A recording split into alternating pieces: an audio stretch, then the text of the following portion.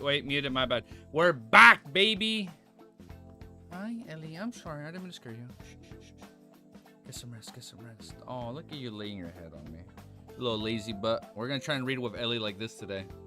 Alright, let me get my music ready.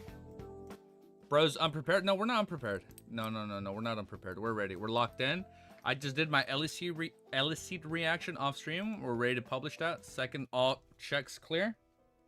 Come here. Hey, Ellie, come hang out with me for a bit. And like to show you how prepared I am, I'm gonna mute my phone so we get 0 interruptions. Unless the missus calls, and I'll pick up. But we should be good. Hey, hope you guys are having a good day, man. Hey. Hi. Oh, man, you need a haircut. You lazy butt. You need a haircut. That's what you need. I trimmed your hair already a little bit, but you know what? I need to take you to a groomer. We need to do something. We need you to get proper. We need to take you to a proper hairstylist. Here, go hang out right here for a little bit. Only 105 chapters will be cut with whiskey. We'll be done in a week. Don't forget to like and subscribe. I know. Don't worry. Remind me for the intro. Remind me for the intro. All right, let me get this ready. All right, let's get this ready. Let's put this down. Just watch Eliseed. Got this. Now we pop right here. We're good. We are ready. Now the only thing I need to do, I need to fix the top fan part. Give me a sec. Oh, hold up. Copy.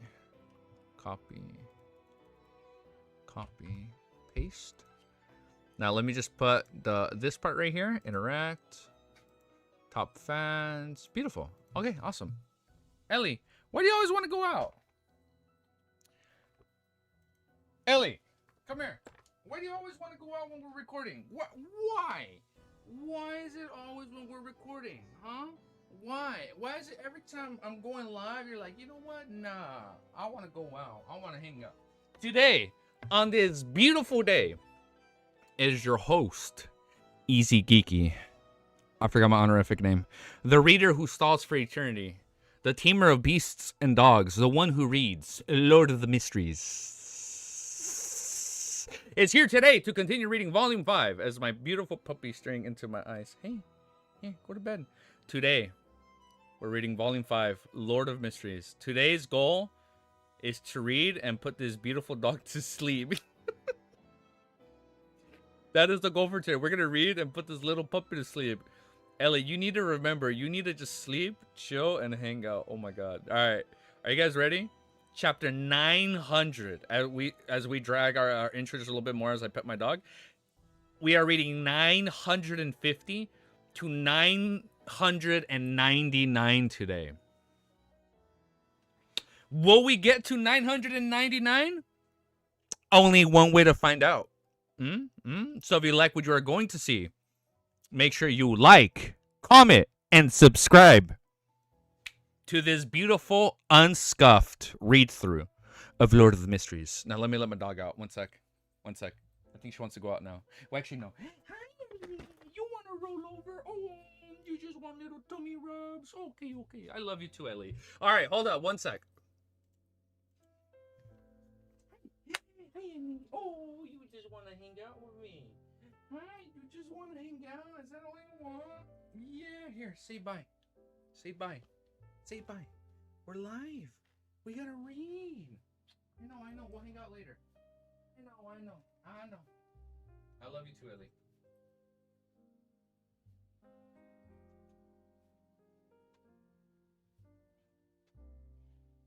Oh, Ellie. Oh, Ellie. All right. We're ready. I got my water and the little coffee I have left right here with me.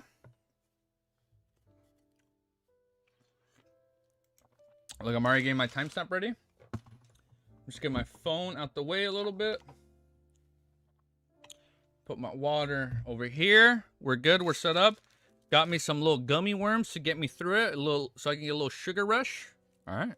Pop it on headphones. Are we even playing music? Can you guys not hear music? Wow, it is so fucking low. Wow, the music is really low. I can barely hear shit. I can barely hear the music.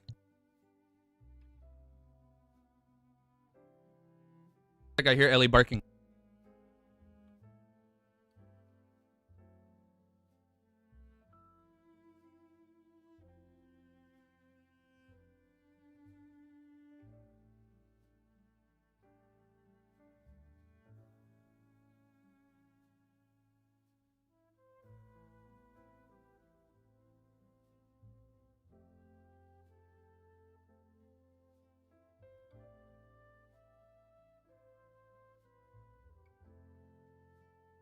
She's okay.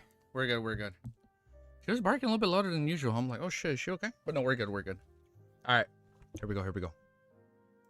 Chapter 950. Lord of the Mysteries. As I forget to do my timestamps, we are 1 minute, 50 seconds. Beautiful.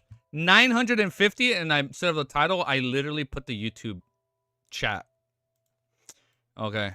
Scuffed intro, but it's okay. Here, we're recovering.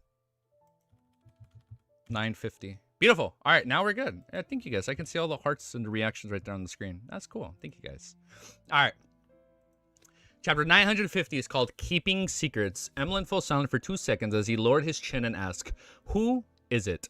To him, angels were naturally worthy of respect, but those who could truly make him bow his head were important figures addressed as he by every sanguine. They had witnessed and experienced the Sanguine's long history. The source and pride, I'm not sure, but in short, I'll nullify you when the time comes. Cosme Ordira shook his head.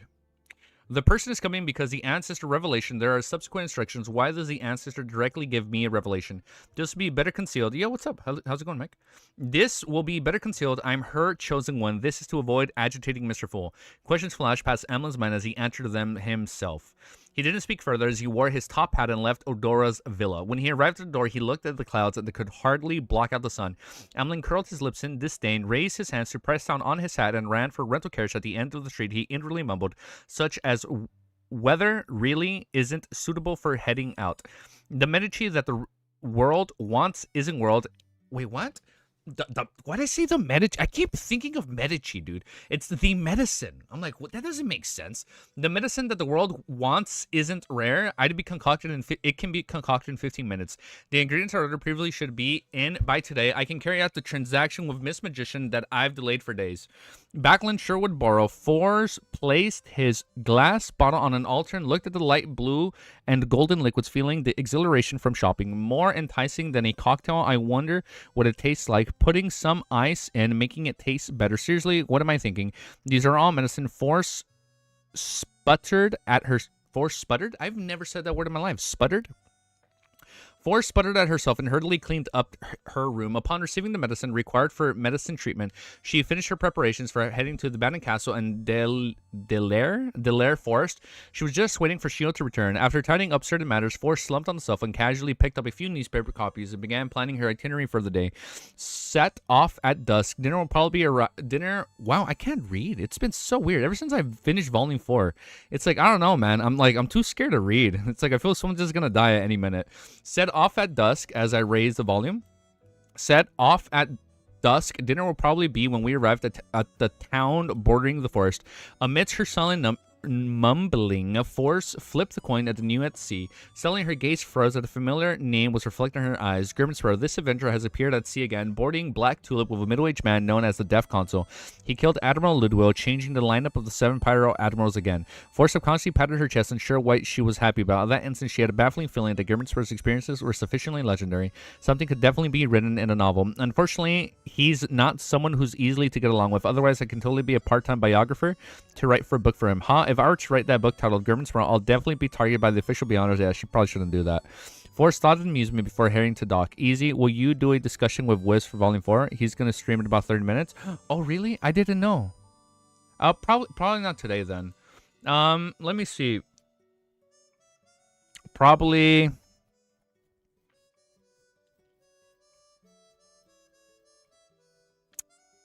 Hold up. I can't tomorrow. I'm gonna be gone for most of the day. It'd probably be Thursday. I'll hit him up right now. I'll see if he wants to do a Thursday. I completely forgot about that. Sorry. I've been kind of sidetracked the last few days since I finished Volume 4. Shit. I'll hit him up right now after I'm done then. Hold up. Let me quickly message him on Discord. Let me hit him up before I forget. Just some guy? Thank you, just some guy.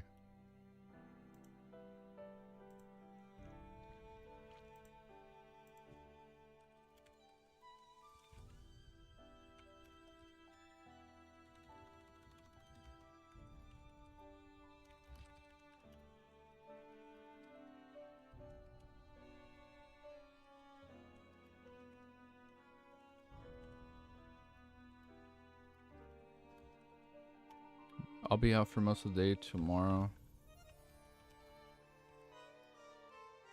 But I should be back around the time you normally have your second streams, so we can talk about volume 4 if you're free. If not,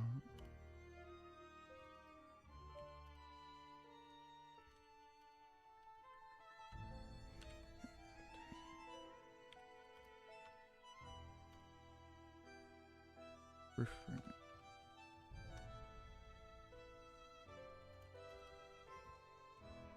Thursday and Friday.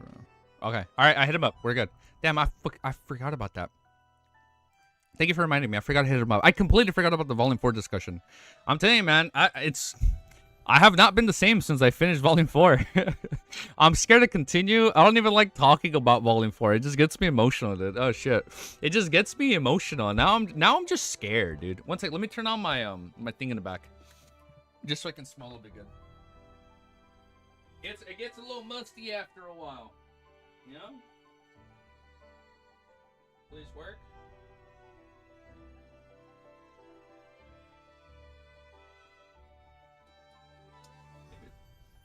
You can smell a little bit.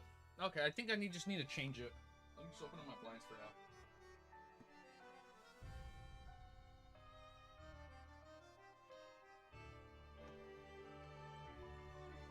Get some proper lighting in here. All right, now we're good. Now we're good. Ooh, that's a little bit better. Hey, it's so weird having all my cables like that jumbled up in the background. It's so funny. All right. Now we can resume. Trust, I was the same when I finished Volume 4. I'm telling you, man, it's kind of hard to continue. Where was it? She was thinking of her book biography, right? Gerben Sparrow? Yes. Unfortunately, he's not someone who's easily got along with. Otherwise, I can totally be a part-time biographer to write a book for him. Huh? If I were to write the book titled Gerben Sparrow, I'll definitely be targeted by the official Beyonders.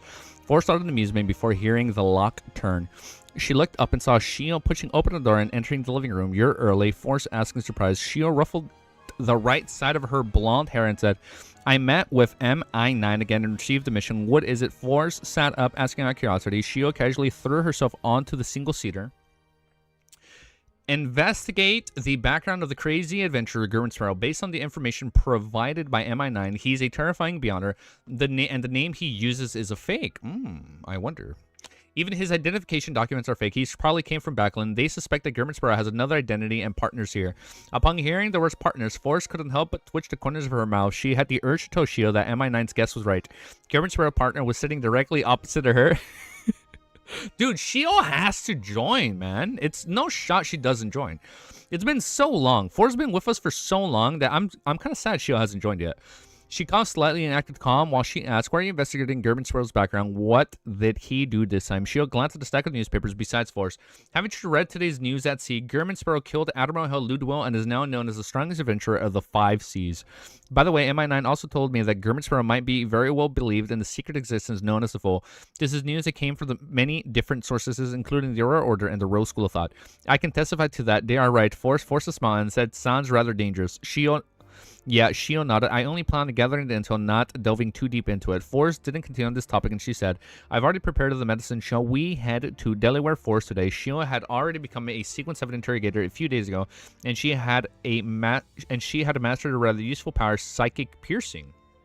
She has psychic piercing. Okay. All right. Shio stood up, showcasing how she was a woman of action. Let's set off now. Let's wait a little longer. I was thinking of dusk. Forrest replied, feeling a little resistant. She often wished to procrastinate until the last moment. Before long, she pulled out of their rented apartment, but Shio will bring all kinds of items along. They got a rental carriage and headed for the metro. Amidst the sonorous, I've never read that word in my life. Amidst the sonorous whistle of the steam engine, the massive steam locomotive hauled its meandering body and entered the platform. Under the illumination of the wall lamps on the other side, it stopped. Forrest and Shio stood outside the carriage and waited patiently for the passenger to land. Suddenly, they saw the 2 red gloves. She knows at least 3 German accomplices. She knows quite a bit. The owner of the red gloves was a man in his 30s. He wore a white shirt with black... Leonard? The owner of the red gloves was a man in his 30s. Oh, no. He wore a white shirt with black trench coat. His collar was raised up high, covering his chin and his mouth. Crescent Sesamir? Right? Covered his mouth. High collar. He had a pair of dark green eyes with golden brown sideburns. He held a silver chest with big enough to put a tiny violin in it. What? He held a silver chest that was big enough to put a tiny violin in it. Forrest and Shio exchanged looks as they lowered their gaze, staring at their toes. As a high-ranking deck on the Church of Evernights, one of the 22 members of the powers of the church, and one of the 3 bigwigs of the Red Gloves, it is Crescent Sesamir. Okay, he's back. Now, we haven't seen him in a cool minute. We've been getting a lot of Soist, what's it, Soist, right, from the Red Gloves, but not Crescent Sesamir. Crescent Sesamir wasn't someone who cared about partying himself around. He enjoyed traveling alone, taking the transportation that commoners took, making him appear like an ordinary clergyman. Okay, what a good, humbled man. After transferring to another line, he eventually arrived in Northborough. He then took a rental carriage and headed straight for St. Samuel Cathedral, where he met Backland's Diocese Archbishop St. Anthony Stevenson. After greeting each other and praising God, Sesamir found a seat and said, "I'll be troubling you to provide me with some help for the next couple of weeks." The clean-shaved Archbishop Anthony in his black robe with red accents sat down as well. He deliberated before asking, "Is this something to do with Insengul?" "Yes." Sesamir nodded slightly. "The Holy See wishes that I inform you that another servant of the goddess, the Martin of the Evernight Cloister, Mam Ariana, will be in Backland not long from now." Evernight Cloister? He was my favorite Red Gloves after Leonard. Yeah, I thought he was going to be more involved, but but he wasn't as involved as I thought he'd be in the last file. You make it sound like he dies. No. It's been a while since we've seen him. Who is this? Evernight Cloister Mam Ariana. Wasn't Ariana a Nighthawk member from Volume 1? Will be in Backland not long from now. Wasn't Ariana the secretary for the Nighthawks? This is a new person, right? It's the name that got brought up again, Ariana. It's a new character? Okay. This aesthetic was ranked first among all 13 archbishops, ranked 1. Without waiting for St. Anthony inquiry, he explained in detail, Mam Ilia learned plenty of important information from Insengul's remnant spirits, including his mental problems that 008 used to escape, as well as the details of his cooperation with the royal families of the Demoness sect. After machinating the Great Smog of Backland, Insengul was betrayed by 008 and had ended up being possessed by the Red Angel evil spirit. He headed for the southern continent alone in an attempt to set up a trap to hunt Mam Ilia. An important point to take note of is Insengul's memories. Oh, the memories that were cut, right? These were the memories that were scrapped when we killed him. This is what we read in the author note. No secretary was Rosanna, bro. You're tweaking. You know what's crazy? And we literally just watched episode 6 when Rosanna. Who was that one then? Damn, I thought that name was brought up before. I thought Ariana wasn't. I could have sworn I thought Ariana was a character in Blackthorn Security Company. Okay, never mind. An important point to take note of is that Insengul's memories, this was the stuff that was scrapped that we read in author notes. There is a very important underground ruin.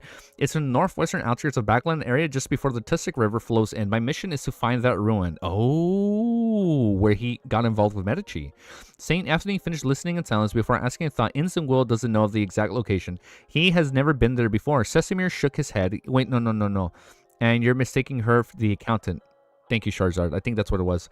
He had entered... But I was like, how did she become a Red Glove so quickly? What? He had entered, but he was let in there and didn't grasp the required key information. St. Anthony tersely acknowledged before asking, have you figured out which batch of people from the royal family of Insengul was working with? No, Crescent Sesamir paused and continued. Based on normal logic, regardless of whether the partners donned disguises if they met, there should be the corresponding memory fragments, but inside Insengul's spirit body, there was no traces of that. It was as though it never existed. Ascetic is Asdic? Ariana isn't a Red Glove, bro. You're skipping understanding again.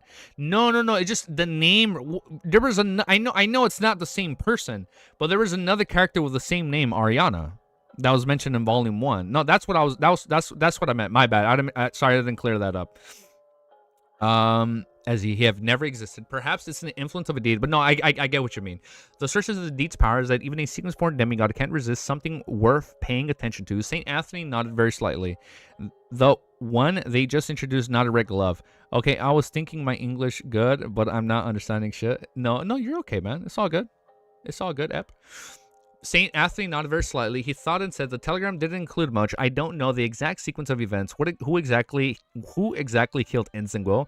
Crescent Sesamir exhaled slowly and said, a name you might have never believed. Klein Moretti. What? Are we spilling the tea? Crescent Sesamir exhaled slowly and said a name you might never believe. Klein Moretti. No shot we spilled the tea. Really? Now everybody know. Wow, my voice squeaks. So, wow, that was so bad. What? The Nighthawk who died in the line of duty during Tingen's incident, Anthony's wrinkles deepened. Yes, that's what Ilya sent back. No one knows how Klein Moretti, who was only a Sequence 4, has resurrected, or how he could kill Inzingwil. Oh, shit, dude. Oh, everybody knows who he is now. Oh, shit, everybody knows he's back. All the red gloves know he's back now. A demigod wielding 008. Upon saying this, Sesamir's expression turned somewhat odd. The Holy See requests us to strictly keep this intel confidential. Oh, we are not to divulge this to anyone who isn't an archbishop or high-ranking deckouts. Okay, only the higher-ups, though. Furthermore, that's still bad, though. Furthermore, we are not to pursue Klein Moretti, pretending as though he's still in the grave. Okay, that's good. St. Anthony fell silent for a few seconds as though he recalled something trivial. He nodded and said, perhaps he's a bless of the goddess? Oh, shit. Yeah, he wasn't using his disguise. Thank you, Mick. Oh, shit. You're right. I remember he had freaking Dunn's identity, right, as faceless, but I forgot about the other part. Yeah, he used his real face. Sesamir suddenly looked up at St. Anthony as though he was a lunatic. His lips quivered, but he ultimately didn't say a word. Yeah, he technically is a blessed. Klein did talk about that. Anthony didn't continue the topic as he looked at the door and said sternly, your mission might need plenty of investigations. This requires enough manpower, huh? Soy's team has completed their mission on the southern continent. I'll get them to ring quickly and follow your instructions. All right, Crescent. Sesamir didn't put up any objections. Rest for your remainder of the day before returning to Backlund. Leonard looked up at the team captain, Soyce. Soyce looked pitifully at Leonard, who had been silent for quite some time, and nodded, that's right. After watching the spirit warlock leave his room, Leonard sighed and leaned against the wall. At this moment, dark red light surged out from his eyes, enveloping him completely without any prior warning. Is he being summoned? New member? Dark red light surged out before his eyes, enveloping him completely without any prior... This sounds like a summoning. Okay. He joins? Are you kidding me? Drawing a card. No. King, wait. You're just in time? Oh, shit. Oh, man. It took 951 chapters, dude. He prayed to the full. No shot he prayed to the full. Also, Milosh spoiled this for Wiz. He spoiled this for Wiz. No, man. This has to have been the biggest unkept secret. Like, no one ever spoiled me, you know, knock on wood. Thank the full. But it's like, there's no shot he wouldn't have joined. For the longest time, I thought Crescent Sesamir was the one that joined. Like, okay, we need an insider of the Nighthawks. Bam, we get Crescent Sesamir. But the more we read, the more Leonard fit the description. Like, this is the perfect insider to the Nighthawks. And now that he has the parasite, well, during Volume 1. During Volume 1, he prayed when he felt helpless and couldn't see. Remember, Leonard prayed to the full at the end of Inzingwil fight when he thought he was going to die. But he didn't pray right now. Wait. Why is he being summoned right now? I guess Klein was waiting. I don't remember him praying. Really? Oh, was it when when he was getting hit by the lightning? When he was getting hit by the Sea God Scepter attacks, no? Before he fell to the ground? The connection is established? Oh, so the connection has always been established since that happened. Okay, awesome. Okay, thank you. All right, 951. Man, this is such a... I can't wait. How did Milosh spoil Wiz? Was it like an accident? How did that happen? 17 minutes. 26 seconds. Damn, man, our reading got slow. We're getting really too excited. Mr. Full can summon whenever he wants. You can go back to read when he prayed. Okay, we'll go back then after. When Ince used his mythical form and he couldn't see. Oh, because they all had to close their eyes. That makes sense. He sent Art of Leonard with the tarot card? Oh, really? No shot. Oh, shit. Okay. Damn, I guess that was probably an accident. He prayed to the full client, showed him. Okay, got it. He prayed to the full client, showed him the general location of Ince. Got it. All right, thank you guys. All right, chapter 951 is called Drawing a Card. Well, now that Leonard joined, the next obvious person to join is Trissy. Like, there's no shot Trissy doesn't join. Like, next it has to be Trissy. Now we have we have Klein. Now that we have Leonard on the inside with the Nighthawks, now we need somebody on the inside on the quote-unquote evil side. I mean, yes, they are evil. Now we need, like, for after the Great Smog incident, yes, they're evil. Now we need someone on the inside with the evil faction, which the best candidate is Trissy. Now that even Klein acknowledged, like, you know what, I'll work with her, even though I don't like her. I can make her do all the most dangerous missions because I don't care about her, but we're gonna recruit her. You really want a demoness? Bro, you know it, bro. It ain't gonna be that bad when she joins. When she joins, we're gonna do so much more progress when it comes to gathering intel, because then we get approach. I mean, as in terms of intelligence. That's what I mean. In terms of like recon, now we're gonna be able to get more info on the quote-unquote dark side of the world, you know? Oh, maybe we'll eventually get stuff on the dark side of the universe. Yeah, maybe there's a connection there. No, probably not. But next chapter, 951 is called Drawing a Card. By the time Leonard reacted, he saw numerous towering stone pillars, as well as a towering palace that looked like a giant's residence above the endless great white fog that was being propped up by these stone pillars.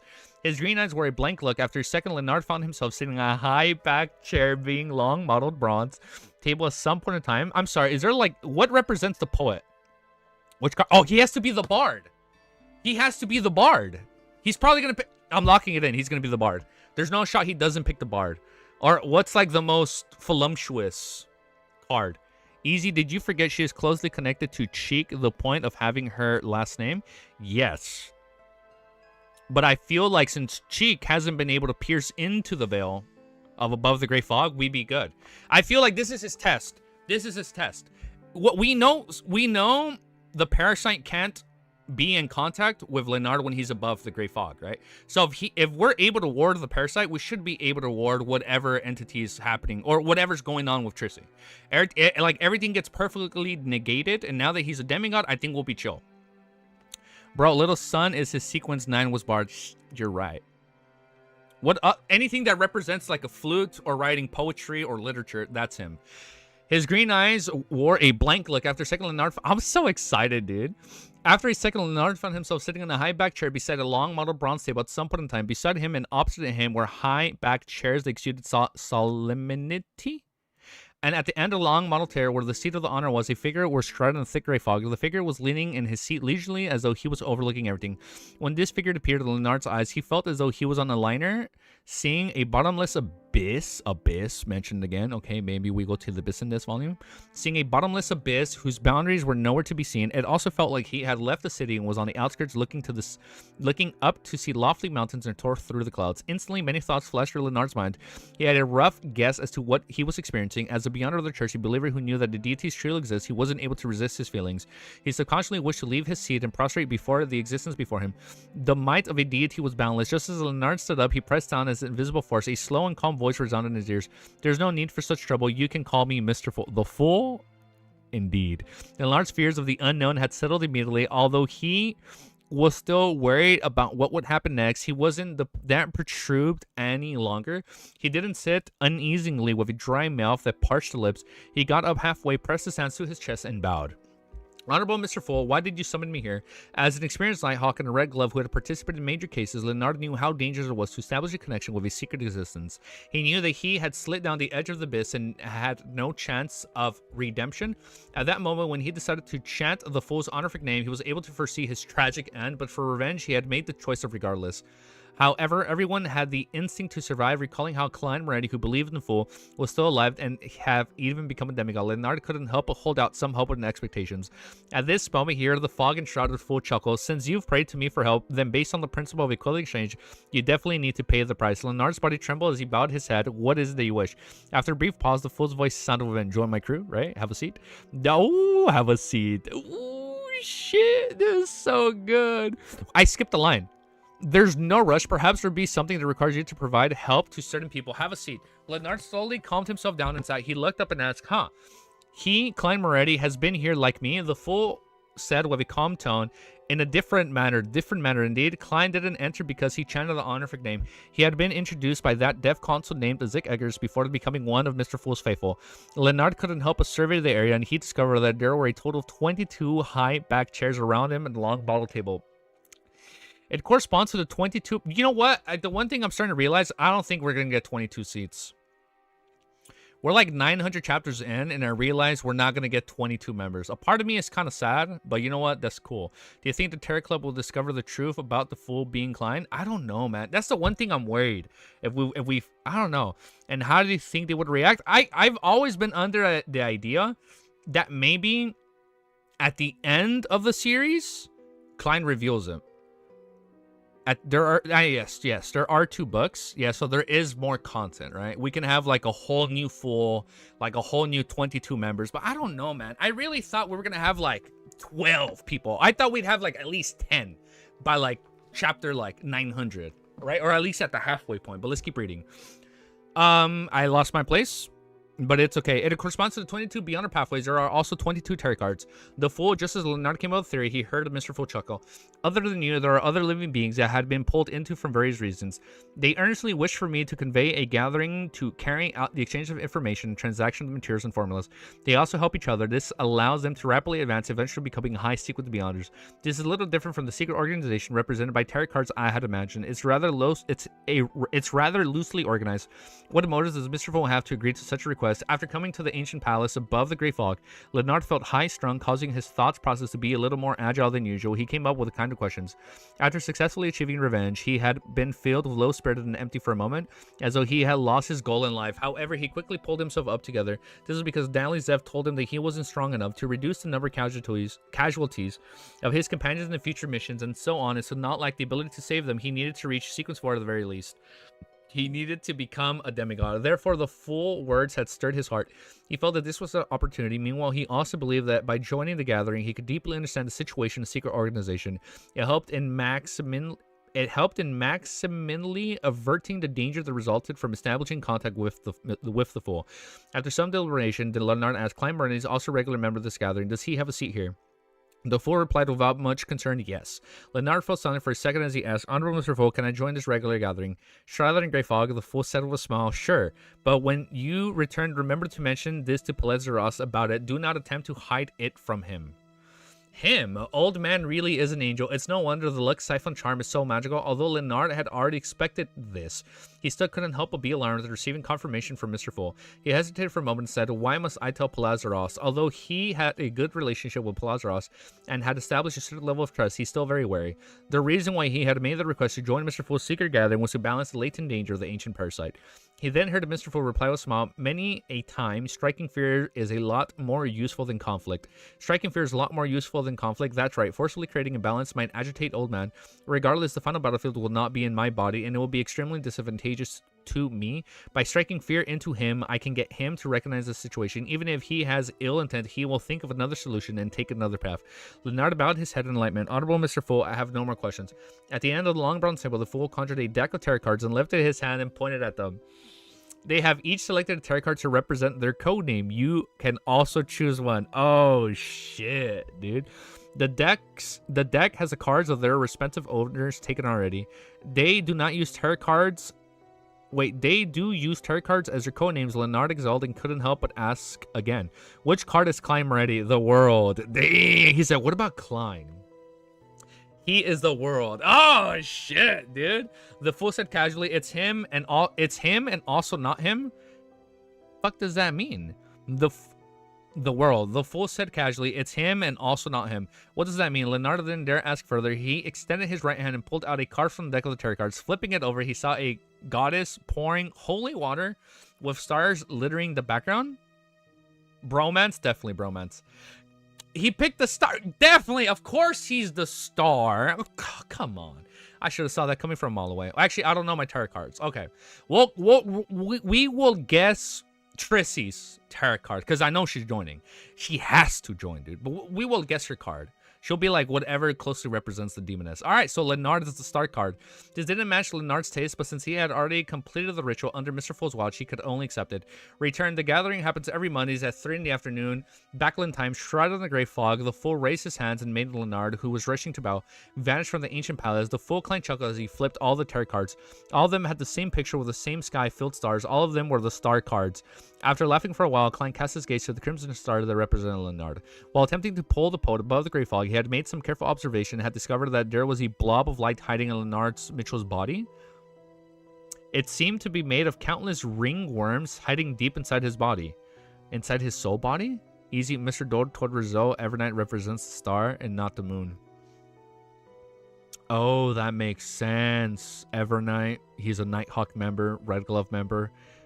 It correlates. Okay, stars. Okay, stars. Also, it's nighttime, sleep, sleepless pathway. Okay. Ooh, that's deep. I just, me just thinking that him trying to be a poet and him trying to be the main character, I like, oh, he's the star, clearly. I didn't think that deeply about it. I was very superficial. Because he likes to be the main character. Did you gloss over Klein's prank? No. What the hell was his prank? What was the prank? All of them were the star cards. Oh!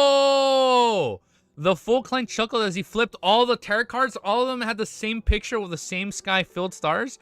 All of them were the star card. He wanted him to be the star. After laughing for a while, Klein cast his gaze to the crimson star that represented Leonard. While attempting to pull the poet above the gray fog. Bruh, you are not reading? No, yeah. I just read this right now. Wait, hold up. I just read chat after reading that. So he wanted him to be the star card. Okay, after laughing for a while, Klein cast his gaze to the crimson star that represented Leonard. While attempting to pull the poet above the gray fog, he had made some careful observation and had discovered that there was a blob of light hiding in Leonard Mitchell's body. It seemed to be made of countless ringed worms hiding deep inside his body. This made Klein confirm that Palazaros had only parasitized Leonard at a preliminary stage. He didn't control Leonard's body of heart and mind, astral projection, ether body, and physical body. After advancing into becoming a demigod, Klein had gained a deeper control over the mysterious space above the gray fog, allowing him to pull in anyone he wanted. Without targeting the soul, he could make a selection. Therefore, Klein decided to not touch Leonard's soul body and only pull his astral projection above the gray fog. This avoided agitating Palazaros or end up bringing him into the mysterious space. Okay, so we keep them separated. Of course, it was almost certain the sequence 1 angel of the Marauder pathway would notice, so he would notice. Not you're reading words, not the story. You're hearing but not listening. Wait, what part? Wait, what was the joke? No, I'm getting everything so far. I just missed a joke. Translating the world temple to the corresponding sounds with 95% accuracy rate, but not absorbing the knowledge. Wait, what part did I miss? What was the joke then? And the ability to enter the dreams of the others stem from the astral projection of Beyonders of the Evernight pathway, so it didn't affect Leonard's ability to do what he was good at in the mysterious space. Let's hope that he can escape from Palazaros parasitizing bit by bit. Klein suddenly sighed. The reason why he made Leonard join the Terry Club was because he wished to help this former teammate grow stronger, allowing him to escape the claws of Palazaros. If the Marauder Pathway Angel didn't have any ill intent, he could get Leonard to help him hiding from Amon and aid his recovery. Okay. This would speed up his switching of parasitic targets. Okay, so at the end it will help him. You help him, but we help Leonard. Retracting in his gaze, Klein thought for a moment. He threw the Hunter Pathway Sequence 6 Conspired Potion formula to the point of the light representing Danitz. He then instructed him to leave the southern continent and return to the Golden Dream. Black hunting spiders composite eye, sphinx brains, sphinx, right? I read that right? Sphinx brains. Danitz recalled the content he had just seen in the days as he stood up in light. He planned to merely bid farewell to Anderson and leave the dangerous southern continent.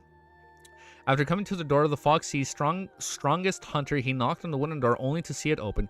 Anderson had unlocked the door. Danitz was puzzled as he cast his gaze inside and saw Anderson holding a knife and sliding it against his abdomen. What? What is he doing?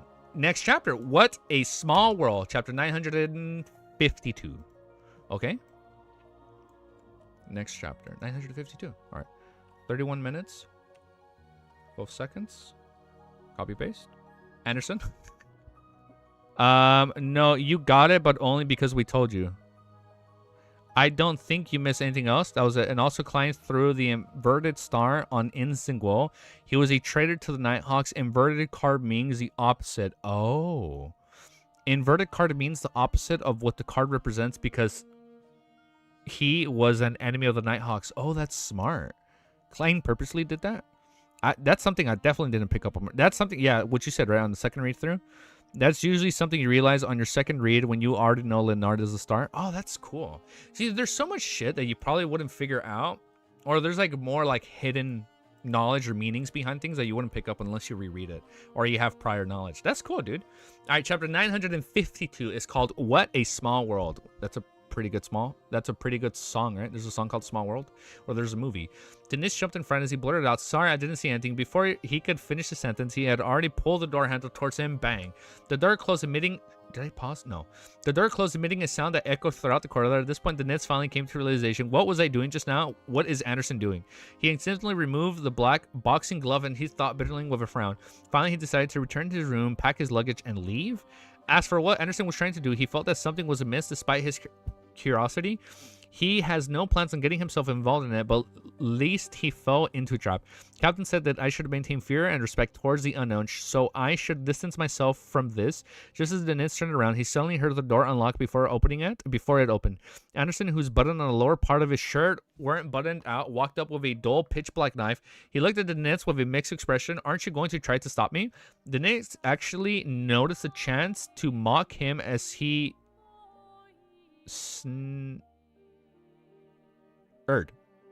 That's your freedom. Such a tricky word to pronounce. That's your freedom. If you didn't leave a will, I'll be rich. Anderson rubbed his cheeks. "Aren't you curious about what I encountered?" The Nits glanced at him subconsciously. "I keep feeling as though you're up to something." Anderson roared with laughter. "Well, I had been captured some time ago, and I was soaked in strange blood with all kinds of ingredients. I was... Wait, what? He was covered in blood? Guess that makes sense. Red Priest. Okay. No, wait, no. I'm so dumb. No, wait, maybe there's... The Nits knows better after already being enthralled with Gurmansborough. He's like, you know what? I don't want to go through this again. I'll just leave him be. We already know that since the ending of Volume 4, right before the Inns fight. This was to create the effect of having... Wait. Well, it's like I have not gone back and read Volume 4. It's like, it's been so hard to go back and read this, man. We know this already. Well, I had been captured some time ago and was soaked in strange blood with all kinds of... I forgot this part. His whole body was covered in blood? That I don't remember. His whole body was covered in strange blood with all kinds of ingredients. I was corroded in it for an extended period of time until a strange chrysalis was formed inside of my body. This was to create the effect of having a certain level of attraction towards high schools beyonders of the hunter pathway. As he spoke, he pointed at his abdomen. The Nits was taken aback. I've never really heard of something like that. If you were another sex, I might have imagined that you're pregnant. I don't even want to hear that word anymore. Pregnant and Lord of the Mysteries just don't mix, dude. He paused for a moment before asking. The strange fellow in the revival square was attracted by the baby. No chrysalises in your stomach. Anderson nodded as the Nits gestured with his hand. Oh, is he trying to cut out everything that's left? That's what he's doing then. You're trying to cut open your abdomen to... Oh, you were trying to cut open your abdomen to extract the chrysalises. Okay. Yes. Yeah, okay, so he's trying to take out if there's anything left. PTSD and ultimate is pregnant woman. It's scary, man. And the next time I see a pregnant woman in public, I'm like, oh no. Anderson replied, honestly, yes, I'm worried about how it would affect me. Or if it would continue attracting demigods, I have to make every second count to remove this latent problem. The Nits stunned before asking puzzlement, then why aren't you making the attempt? You forgot to set up a will and you want me to be your witness? Anderson's facial muscles twitched as he chuckled. Not bad. Your provoker potion should almost be digested. He then sighed. After some careful analysis, I believe that no direct way to extract it. Otherwise, there would be soaked meat and blood and allow the ingredients to seep into me. They could have just opened up my stomach and placed the chrysalises inside before sewing me up. Without waiting for Dennis replied, he said and thought, don't you have the method to contact Gurmansborough? He's been through so much and knows so much. I would like to consult him on how to resolve this problem. In recent months, the Nits was extremely afraid of the people raising the matter about him knowing Gurmansborough, so he subconsciously retorted, no, I haven't seen him since I left the Golden Dream. Anderson curled the corner of his lips and said, when you were running to Gurmansborough, I was beside him and had met his messenger. The Nits expression immediately froze. He forced a smile after a few seconds. Why don't you directly summon his messenger? Anderson raised his hand again and touched his throat, chuckling, I don't know the ritual for summoning his messenger. He's like, bullshit. The first thing I hear when I click on stream is PTSD about pregnant woman. What's up, love? The Nits will still expect that Anderson was up to something and was unwilling to confirm that he had been repeatedly communicating with Gurmansborough. He then suggested, actually, you can always seek the help of our captain in such matters. She's very knowledgeable and good at research. She knows many secret techniques and can also seek the Church of God of Knowledge and Wisdom for help. She should be able to give you the solution of resolving the matter of the chrysalises in your stomach. If you're embarrassed, I can talk to her for you. Just as he said that, he saw Anderson's face beam. He quickly replied with a rushed tone. All right, let's do it. I've already packed up my luggage. When shall we set off? The Nits fell into a daze for a few seconds, feeling that he had been tricked by Anderson. returned to the room, drank his remaining beer, and threw all the miscellaneous items into his luggage bag, leaving behind a dried leaf of golden patterns. A dried leaf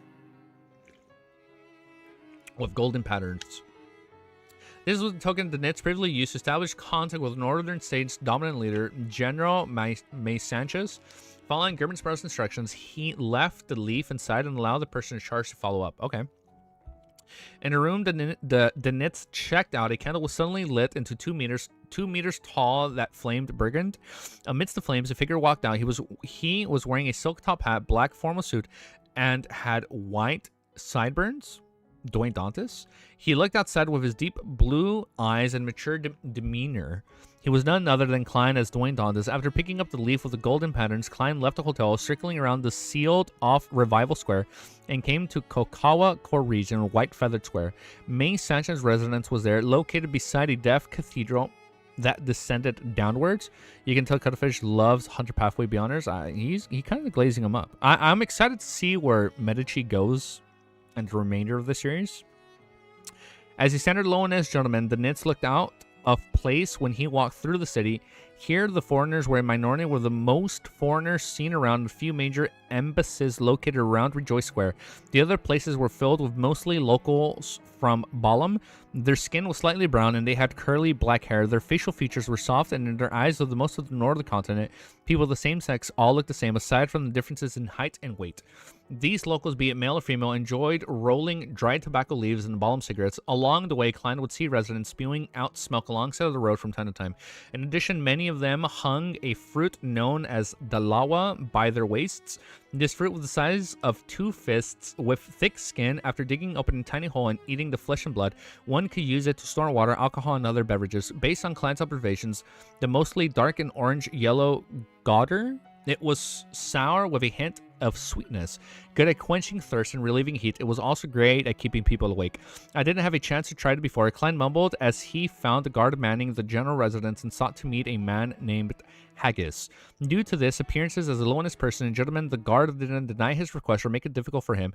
He got a person to head in to get a man in his 30s. The man's facial features and skins were that of the standard Balam natives. However, his curly black hair had been pulled straight and neatly combed back, as though he was trying to mimic members of the high society in various countries of the northern continent. He wore a white shirt and black vest matched with a very formal bow tie. Upon seeing Dwayne Johnson, he said to the standard Loaness, "Good afternoon, I'm Haggis. Nice to meet you." His accent was a little odd, different from any Borough in Loan. Klein had lived in high society for quite a period of time, so he wasn't too surprised. He said with a smile, "Good afternoon, I'm Dwayne Dantes. I never expected me a gentleman who's so good at using the accent of the Loaness nobles." Haggis couldn't help but smile. Many children of the noble birth from Loan have one come to the east and west Balam to seek out opportunities. I was fortunate to learn from them. Okay, so you learned from all the travelers. Oh, travelers, do you understand that Balam theater reference? Okay. Made myself laugh. Kidding. Oh, I might know some of them. Klein wasn't in a rush to talk business as he began making small talk with Haggis like a gentleman. Haggis smiled. "My friend included Colonel Alfred Hall, the second son of an earl." Hall. Klein let out a soft chuckle. "I once met Earl Hall at a charity party. He's a true noble. What a small world." Title drop. Haggis nodded in agreement. "Perhaps this is an agreement of fate." Okay. Agreement of fate. I feel like the ending is going to be an agreement of fate. I can probably suspect that much. Unfortunately, Alfred was transferred to East Balam last year. He didn't continue as he immediately invited Dwayne Dantes into the general residence. When passing through the side door, Klein suddenly looked up, glancing on the embedded stained glass above. The glass shimmered like a rainbow under the illumination of the sunlight, as though gazes were swept past. All right, next chapter, 955. 955. By the way, dude, until where's Wiz reading today? Let's try and keep the 100 gap. Let's try to not go 101. We need to be under 100 gap. We need to be under 100 at all times until we catch up. What's he gonna read today? 40 to 50? 50 to 60? I didn't open my coffee. I'm an idiot.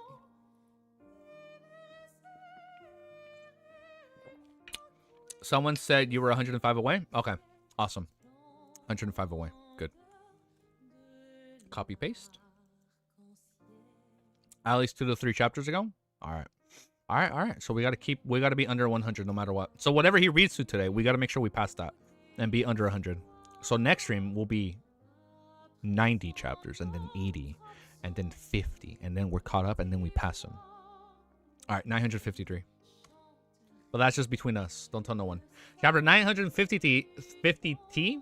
The hell? Why am I all up on T today? Chapter 953 is called Prophecy. Klein retracted his gaze in a natural manner, held the gold inlaid cane, and followed closely behind Haggis before entering the general residence. The architecture style was completely unlike those found in the southern continent. It didn't make any use of light manipulation to make the rooms appear dark and gloomy, nor did the boldly use human bones as accessories to produce a strong visual impact. Instead, it was more in the style of the northern continent. Furthermore, there was an undeniable hint of the Inta's influence. Every column was covered in segmented gold foil. The use of colors in the murals were warm, and there were sculptures embedded with gold. A beautiful spiral staircase descended from above, connecting all 4 stories before entering the middle of the huge hall where it faced the entrance. It was extremely grand. One sec. I promise it's not stalling. Let me just make my LSD video public. Yeah, that stays between us, man, and everybody else watching. All right, I just had to make sure the video restrictions were checked. I think we're good. There should be 0 restrictions. We're good. Why is it still checking? Let's make it public. I think we're good.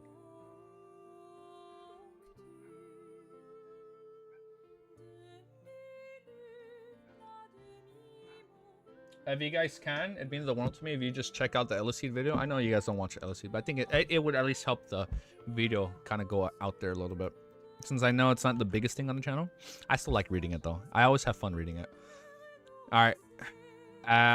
It was extremely grand. I have to say that the countries led by the Church of the Eternal Blazing Sun are really at the forefront when it comes to the gold artwork. It doesn't have the feeling of the gaudy Novia Ricci. Klein swept his gaze to the palm-sized golden angels that extended out from the staircase, railing at the mid-sections of the columns, holding back his urge to caress them. I keep hearing Ellie bark. I will give her another minute or two, and if not, I'll probably go check on her. Looking at the guard standing by the 2 sides, he casually found a topic as he said to Haggis, Colonel Alfred Hall seems to have made up some significant contributions in West Balham. Haggis nodded and used a low and noble accent to say he's a determined and brave man. He once led a special forces team. What? He once led a special forces team of more than 30 men to raid an Inta's battalion with more than 1,000 people. Really? Alfred Hall did that, completely crippling them. I heard that he had also made significant contributions in East Balham, therefore he became a colonel before the age of 30. Sounds impressive. Perhaps Miss Justice's brother has already become a Beyonder with quite a significantly high sequence. Huh? In every aristocratic family, every generation should have some members taking the Beyonder path. Huh? If Miss Alfred finally reaches his goal of becoming a Beyonder with relatively high sequence and gains the rank of a brigadier, general, or major general through hardships, I wonder how sad he would be when he returns to Backland to realize that he's no match for his sister's dog. Yeah, he's from the military. Having drank his medicine before heading out today, Klein used the act of lampooning to adjust his mental state. That'd be so funny. Like, what? Why is this dog? Who is this dog? Why is this dog a Beyonder? He didn't ask further about Alfred as he asked with a curious tone. I realized that there are some differences in traditions of the East and West Balham. Here in my house, here and many houses, there are people with human bone decorations, but it's not present in East Balham, okay? I've been here several times, but I've never been able to bring myself to get the answer to this question. Haggis stopped and pointed to the exaggerated spiral staircase. Mr. Dennis, the general, will be here in a few minutes. After informing him of this, he chuckled. It's actually not common to see human bones traditions. Only fiefs that came under the royal family of the Balham Empire still have this tradition. To us, the death of the family members doesn't mean that our relationship has come to an end. After the burial, we will keep a piece of their bones and place it home as a decoration, as a way to indicate that the deceased continue being with the living. Wow. Oh, wow. As for which bone to choose, it will be decided by the interning priest through a ritual. The best and most symbolic part is the skull. Some families would even make the skull into a vessel for drinking alcohol, using it only when entering the most honored guests. Mr. Denetz, if you close a deal this time, I will invite you to my house. I wish to offer Finesse wine and my grandfather's skull to show you my respect. Klein's expression nearly fell apart. He felt that he was incapable of accepting the local customs in this aspect. He laughed and was just about to perfunctorily when he saw a figure slowly walking down the golden railings of the staircase. Oh, the brother. The person didn't wear a hat. He was wearing a cut black military attire with shimmering golden buttons. The sash he wore was red like blood. He was light brown skinned and a rather soft facial outline. His facial features looked scrunched up in the middle of his head, making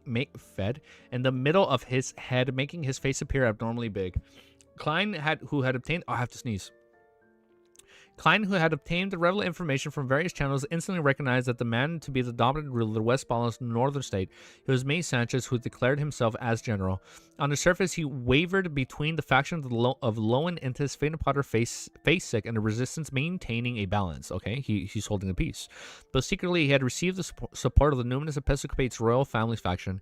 Meanwhile, Klein suspected that this native general had established a solid working relationship with the Church of the God of Knowledge and Wisdom. As for the May Sanchez's strength via the Vice Admiral Iceberg Edwina or Admiral of Stars Catlia, he was noted to be a sequence 5, but the two ladies he's nothing compared to Klein. He's a demigod, bro. But the two ladies didn't mention which pathway he was from. As the powers this local general exhibition were mostly related to the spirits, he carried a mystical item from the death pathway. Good afternoon, Your Excellency. Klein took off his hat, pressed down his hand to his chest, and bowed. At this moment, he sensed the gazes locking onto him for some unknown location. They were like lights that flashed across the golden angel figures, the sunlight reflected from the stained glasses of the lustrous glow from the smooth marble. Hello there, Mr. Donitz. May Sanchez replied in Dutanese. Having grasped Dutanese through his marionette, Klein naturally was able to understand him. However, in the southern continent, the longer he stayed in East and West Ballam, the more he felt similarities between Dutanese and ancient Fasek. World building go crazy? So there's a connection? He felt similarities between Dutanese and ancient Fasek. What is the deeper meaning behind that? I don't know. You keep saying Mr. Am I saying Mr. Dantes? It's always, you know what? Text to speech right here. Here we go. Hello there, Mr. Dantes. Dantes. Mr. Dantes. Sorry. It's hard for me to say Dantes instead of Dantes. Dantes.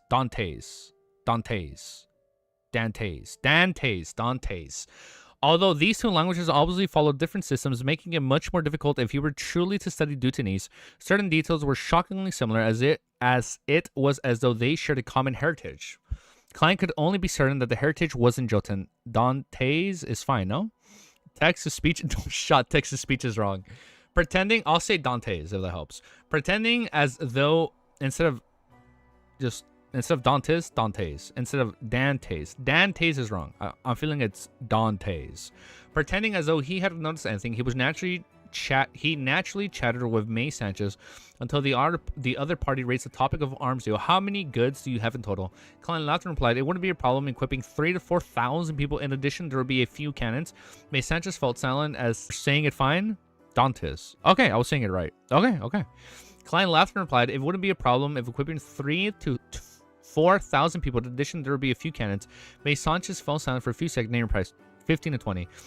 Oh, fuck, I just read it. No shot is 50,000. Klein pretended to deliberate as he said, if you wish for me to send the goods to the northern state, the price would be 50,000 pounds. If you send your troops to retrieve the goods with me and be responsible for the subsequent transportation and safety, it would only cost 40,000 pounds. May Sanchez thought and said, the latter. Take down the payment and go with my men. Once they see the goods and move it onto our carriages, my men will pay the rest. He paused for a moment and then added, however, I do not have much low in gold coins, so you don't have enough foreign reserves. Klein surveyed the area and said with an unconcerned smile, you can directly pay me in gold coins or even gold bars or gold bricks. May Sanchez was rather decisive. He didn't waste any time to nod and say, deal, I'll get Haggis to bring my men the money to you tomorrow. Not bad. I like doing business with people who don't haggle. Klein, he's like, this is a good deal. Klein first heaved a sigh of relief before suspecting price was too low. Too low. Klein first heaved a sigh of relief before suspecting if his price was too low. After Klein left the general's residence, May Sanchez suddenly looked up and said to the person above, Your Excellency, Luca, is this the person you're waiting for? May Sanchez suddenly looked up and said to the person above, Your Excellency, Luca, is this the person you're waiting for? One story above the beautiful staircase, a figure slowly appeared.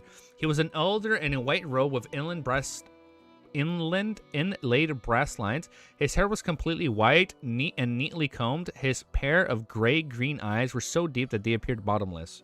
Luca the goat?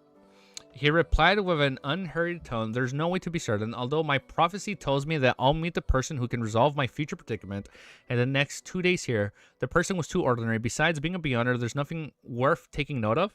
Of course, I can tell the more profound truth. He might have an existence that's at least not weaker than me behind him." Who the fuck is Luca?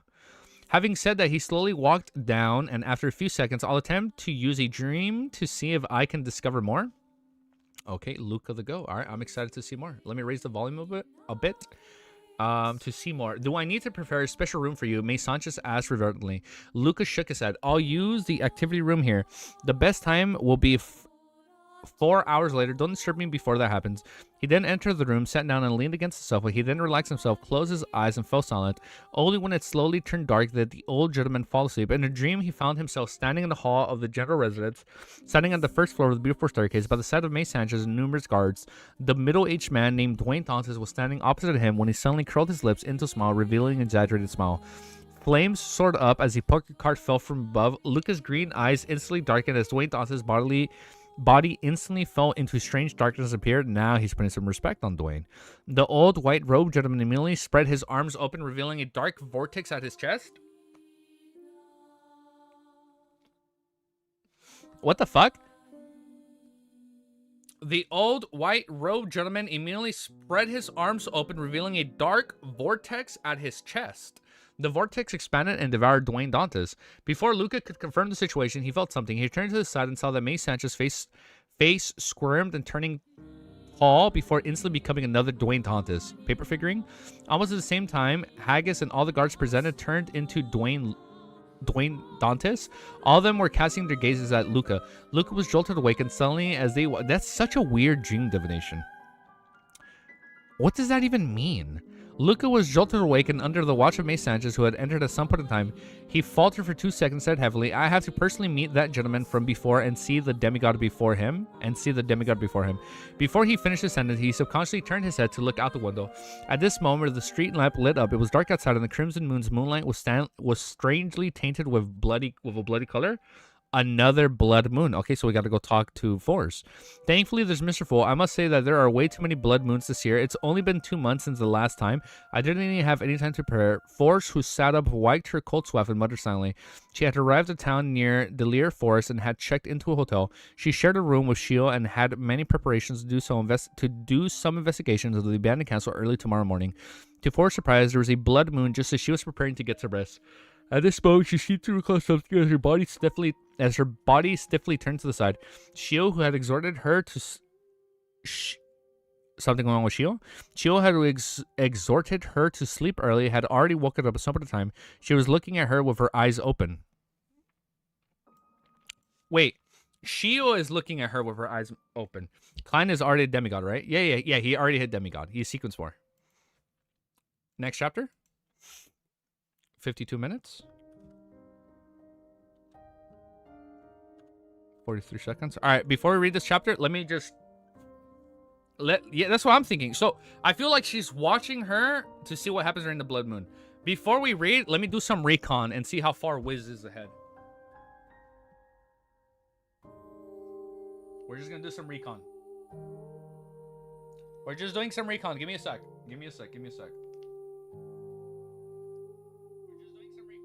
That's so funny. I'm hearing myself say we're just doing some recon. Don't worry, I'm not gonna hear him say anything. We're just gonna see what chapter he's at. So he's reading to 1060? God damn. He's reading to 1060? Damn, he's going far. Damn, he is reading a lot. Heard some guy say Shio as Shio and tweaked out. I say Shio because in Kingdom Hearts, Shion. Bro, I said Xio for long. I say Shio because Shion is from Kingdom Hearts and her name is spelled Xio. So I'm just saying the first part, Shio. Because Shion, Shio. Shion is just Shio with an N at the end. So instead of Shion, I'm just saying Shio. So I assume that's the correct pronunciation. All right. Nope, you said it right. Awesome, perfect. 954. 954.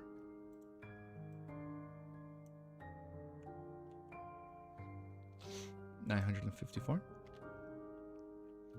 All right, chapter 954 is called Strange Ancient Castle. Forrest gazed met Shio in midair as both parties remained silent. After a while, Forrest chuckled dryly. Huh, you haven't fallen asleep? Shio frowned and said, what happened to you? Nothing, didn't I tell you before? Whenever the full moon happens, I would be in a good state.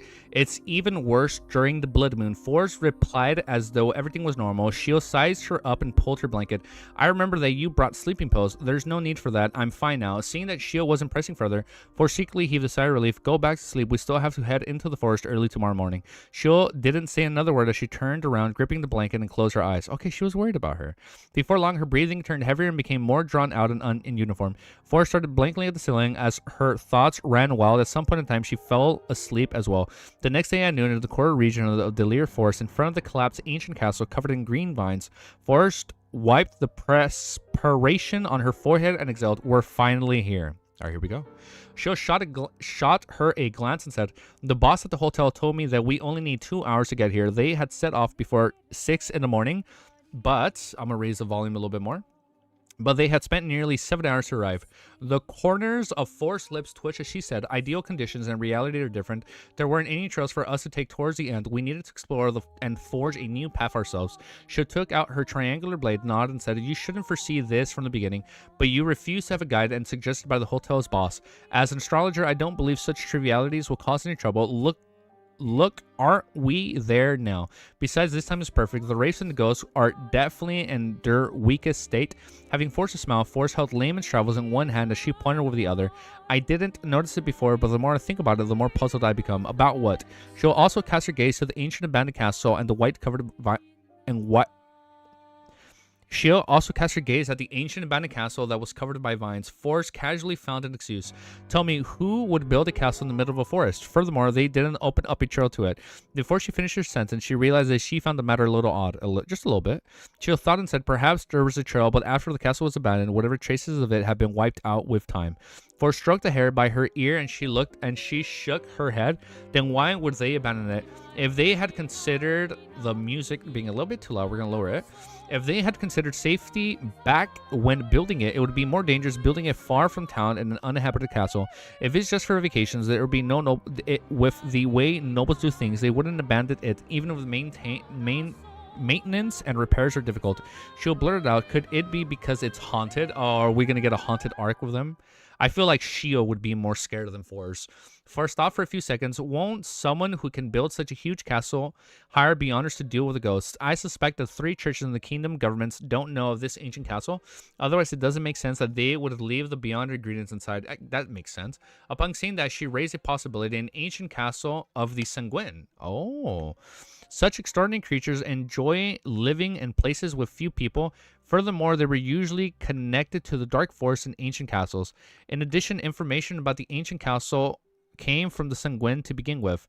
It's possible that Shio first agreed before disagreeing. Will the Sanguine be afraid of ghosts? They definitely have the means to deal with the ancient wraiths inside. Makes sense. Don't tell me those Sanguines don't like money and don't care about the search for Beyonder ingredients. Forrest recalled Mr. Fool's behavior and denied her hypothesis. In deliberation, she said, unless there's some problem that's not easy to resolve, that's what made the big wigs choose to skirt around it.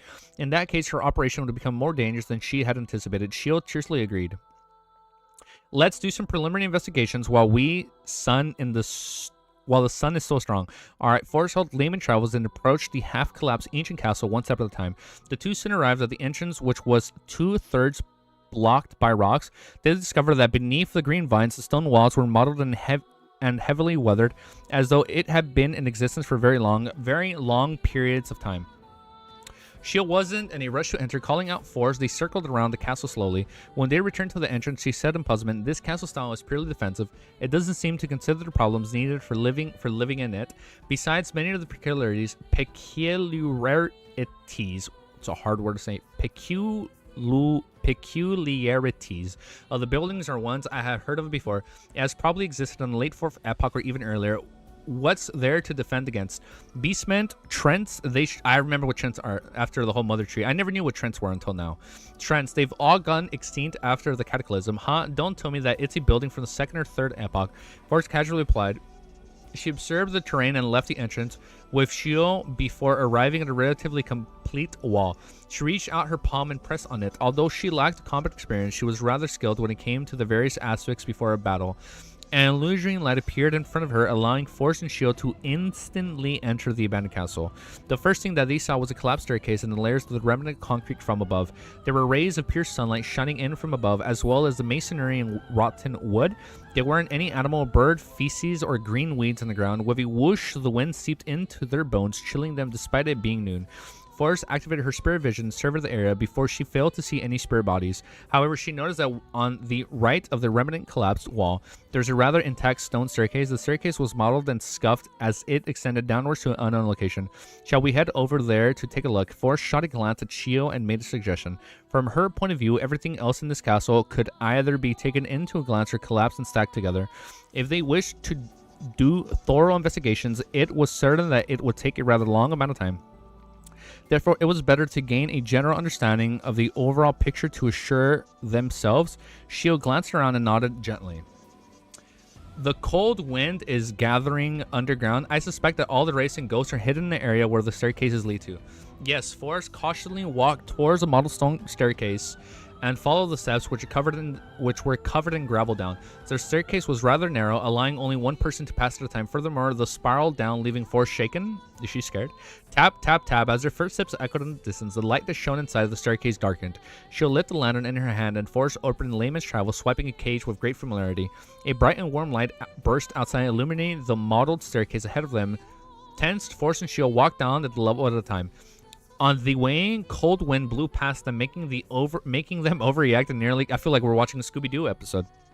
Making them overreact and nearly cause them to launch attacks at non-existent enemies. Change music to Vanitas. Bet. Oh, shit. I figured, I was like... as the battle music was playing it, I was like, should I change the music? Alright. Music domain. Cabby. I just saw the... Whoa, music domain scrolled all the way to the top. That's funny. Alright. I see it right here. What's with that spoiler image? There's an image that hidden with spoilers. Uncensored version. Oh, it's the Grozel's thing. Uncensored. Oh, thank you. You guys did link that. I'm sorry. I never caught that. Alright. Let's open this. Thank you for linking this. I can now watch the Volume 4 one. Change music to Vanitas or another similar song. I got it. I got a loop in right here. Wait, I have it playing on Discord. Give me a sec. Let me just keep it good enough on my end. And I think it's good for you guys. Awesome. Perfect. All right. All right. And now that we've changed the music and we are reading this Scooby-Doo episode, we can continue. Was it non-existent enemies? Found it. Tap, tap, tap. In a narrow and silent environment, Forrest finally walked down the steps and stepped onto the rather flat and solid ground. She had originally wanted to say, being in a place like this for too long will really make one go mad. We don't want that to happen. But due to the silent, heavy atmosphere around her, she didn't make any sound. She was afraid that breaking the silence would result in extremely terrible developments, so they're like, let's just be quiet. Using the blob of light that was floating above her, Forrest cast her gaze forward in an attempt to see what was at the end of the staircase. It was a huge hall that was nearly 10 meters tall. There were black tiles laid out on the ground with water droplets seeping out. There were signs of damage everywhere. Dozens of meters away, where the light nearly failed to illuminate the other end of the hall, there was a pair of double bronze doors sitting there silently. Okay, double bronze doors. Something crazy is going to happen. Okay. It's not every day where you get the double doors. And went from one bottom to the top, and the rocks of the walls to the side had peeled off. So it's been there for a while. The statues were in shambles, revealing the dark brown mud underneath. The surface of the door was engraved with dense symbols and strange patterns. They had a very mysterious and heavy feel, mysterious title drop, and heavy feel, as though they were sealing something or blocking out something. Forrest finally couldn't help but say with a hushed tone, "Have you seen such large doors before?" Besides her, Shio shook her head no. Forrest immediately drew a gap, saying, "What could be behind that door? What does it lead to? Could it be the reason for building this castle in the first place, to prevent the creatures behind the door from coming out. Shio circled the area but didn't find any murals that could provide any information. All she found was that the closer she was to the bronze door, the more water seeped out from the ground. There was also more and more abandoned silver-black swords on the ground. Abandoned swords? Apprentice Pathway is one of the only ones that can mimic the Scooby-Doo scene where they are chased after. I'm down to see that happen. I hope that happens. During the 4th and 5th epoch, murals were very common in all castles and buildings, and before the cataclysm, it can be seen from various elven ruins that the supernatural creatures similarly like this to the mirrors to praise their deities and to record their daily lives. Shio said slowly, using her experience and knowledge from being a bounty hunter. Forrest nodded slightly and said, "That's indeed the case. This ancient castle is more magical than I imagined. So what are we going to find?" At this moment, she felt hesitant. She even had thoughts of leaving and seeking Mr. World's help. Having heard Little Sons describe so many horror stories when exploring the abandoned ruins of the tarot gatherings, her mind couldn't help but wonder when placed in a similar situation. She was scaring herself. Oh, this is going to be bad. Perhaps we can gather more clues by going closer? No, don't do that. Shio boldly took a few steps forward and approached a heavy sealed door that seemed to lead somewhere. And then something happens. Forrest gripped Layman's Travels tightly and hurriedly chased after her. He said, "Wait for me." As she walked, she suddenly saw bright redness appear before her.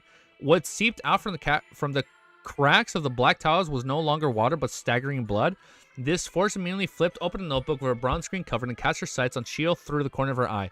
It was unknown when Shio had turned pale. Her eyes were dark green and her lips were red.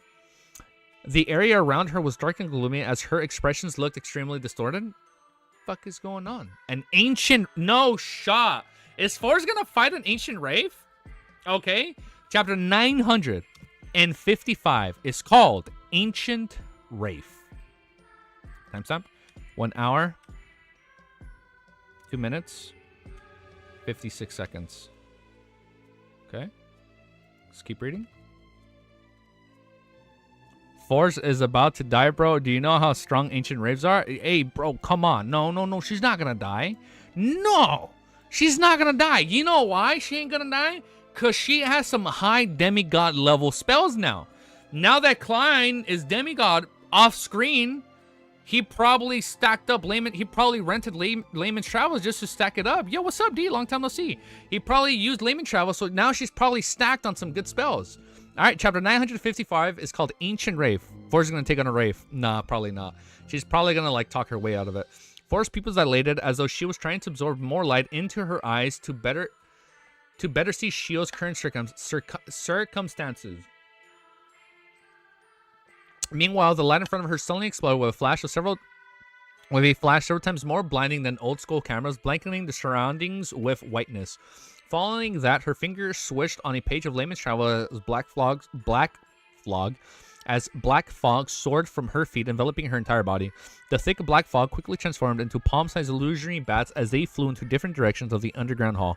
This was the wings of darkness which the moon had recorded in Layman's Travels. Its original use was to enhance one's speed and bestow temporary flight capabilities, while producing a horde of blood-sucking bats to attack the enemy.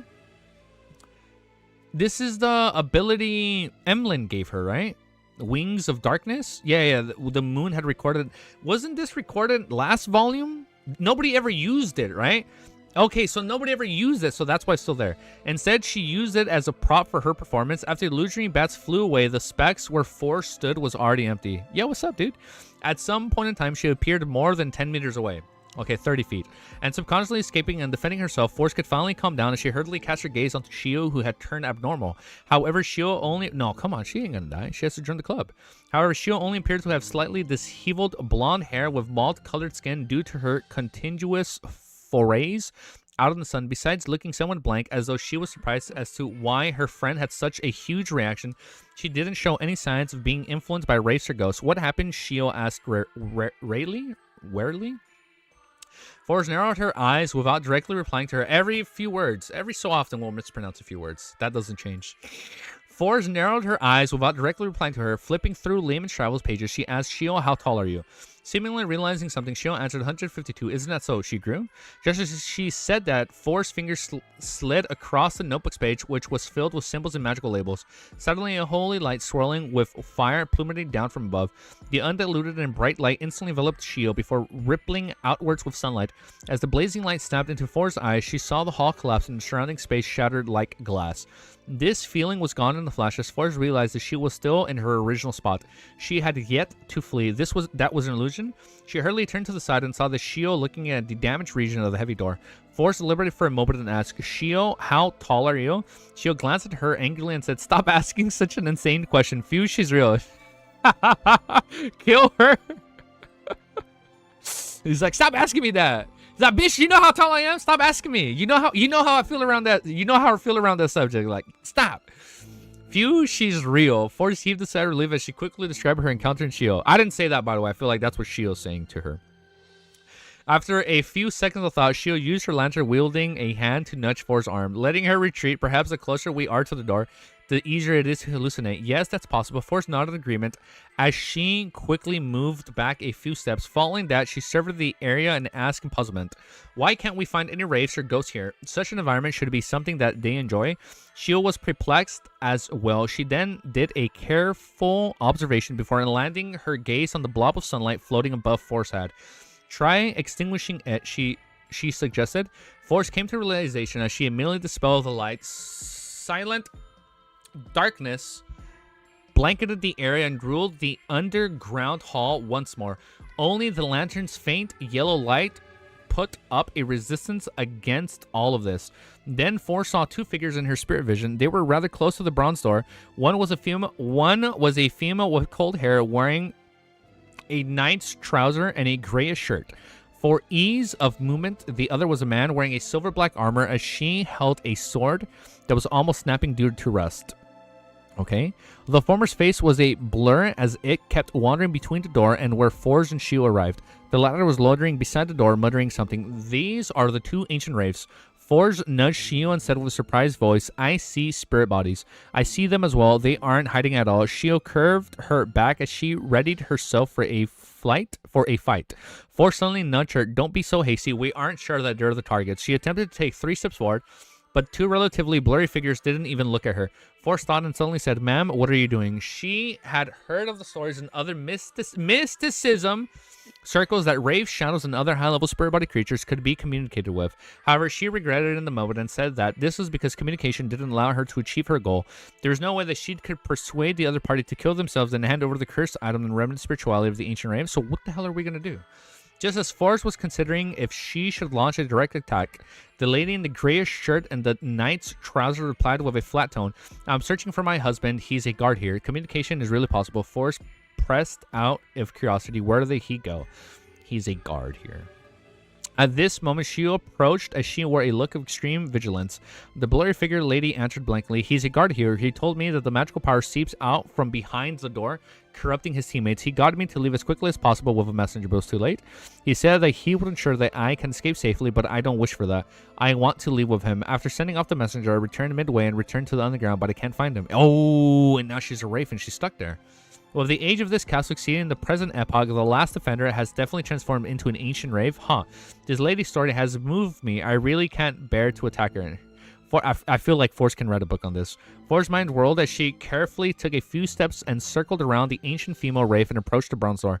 This time she and Shio didn't suffer any more hallucinations. This seemed to imply that her encounters were subconsciously created by the lady. A distance from the silver-black armored knight with a rusty sword, Force attempted to ask, Sir, what are you doing? The knight paused and said with a humming voice, I'm guarding this door of blackness. I need to ensure that my wife was escaped.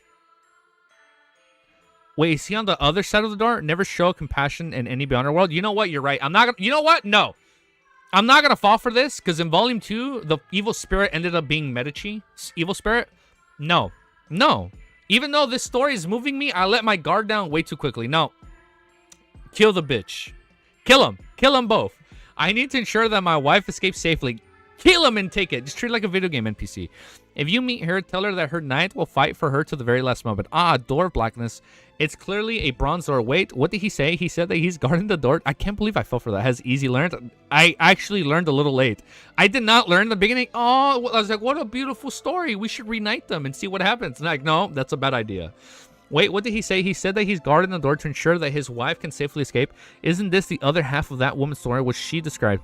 This is her husband. Forrest was taken aback as she kept looking back and forth between the two ancient wraiths. Was that, huh? The lady wearing a grayish shirt and knight's trousers slowly approached the bronze door before returning to the middle of the hall repeatedly. As a silver-black armored man, he was patrolling around the door with a rod and sword in hand. Imagine they just never saw each other after like 1,000 years. They were that close and just they didn't know. At times, they would pass by without noticing each other. Such a scene must have gone one from at least 1,500 years or even longer. Forrest commented silently as she turned to glance at Shio. She realized that her friend's eyes were already welling with tears. Is she crying? She's like, Shio, what a beautiful story. Such a scene must have gone on for at least 1,500 years or even longer. Forrest commented silently as she turned to glance at Shio. She realized that her friend's eyes were already welling with tears. What an easily touched person. Forrest couldn't... she's like me, dude. Forrest couldn't help it as she shot at the female wraith. Look at the door. Your husband has been there all along. She's like, what? What the fuck? What? Really? Ain't no way. The lady slowly slowed down her pace and first glanced at Forrest before casting her gaze at the heavy door. Her blank gaze penetrated the knight, landing behind him. Why can't I find him? The wraith repeated her words and repeated her actions. Forrest felt an inexplicable sense of sorrow, and just as she was about to shout again, she saw the knight turn to look at Shio. He shouted, "Who are you?" Just as he said that, the female wraith cast her gaze at Shio and Forrest again. Oh, what if both tried to possess each body? What if one tries to possess body? Forrest immediately felt her thoughts slow down as a coldness quickly formed inside her body and ripped out, freezing her flesh and joints. As for Shio, she too was suffering from the same condition. The air around the lantern dimmed significantly. At this moment, 2 bolts of lightning lit up in Shio's eyes. Oh, wow, shit. Just lightning, okay. 2 bolts of lightning lit up in Shio's eyes. This made the wraith let out a painful cry as his body turned faint. Oh, yeah, they're weak against lightning. Yes. Spirit, right? Their weaknesses was lightning. That was mentioned.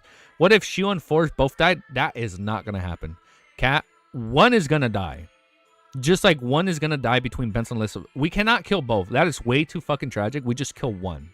And you know what? I feel like it'd be more tragic because since they both love each other and they're such close friends, I think it'd hurt more if one dies and the other holds them in the hand.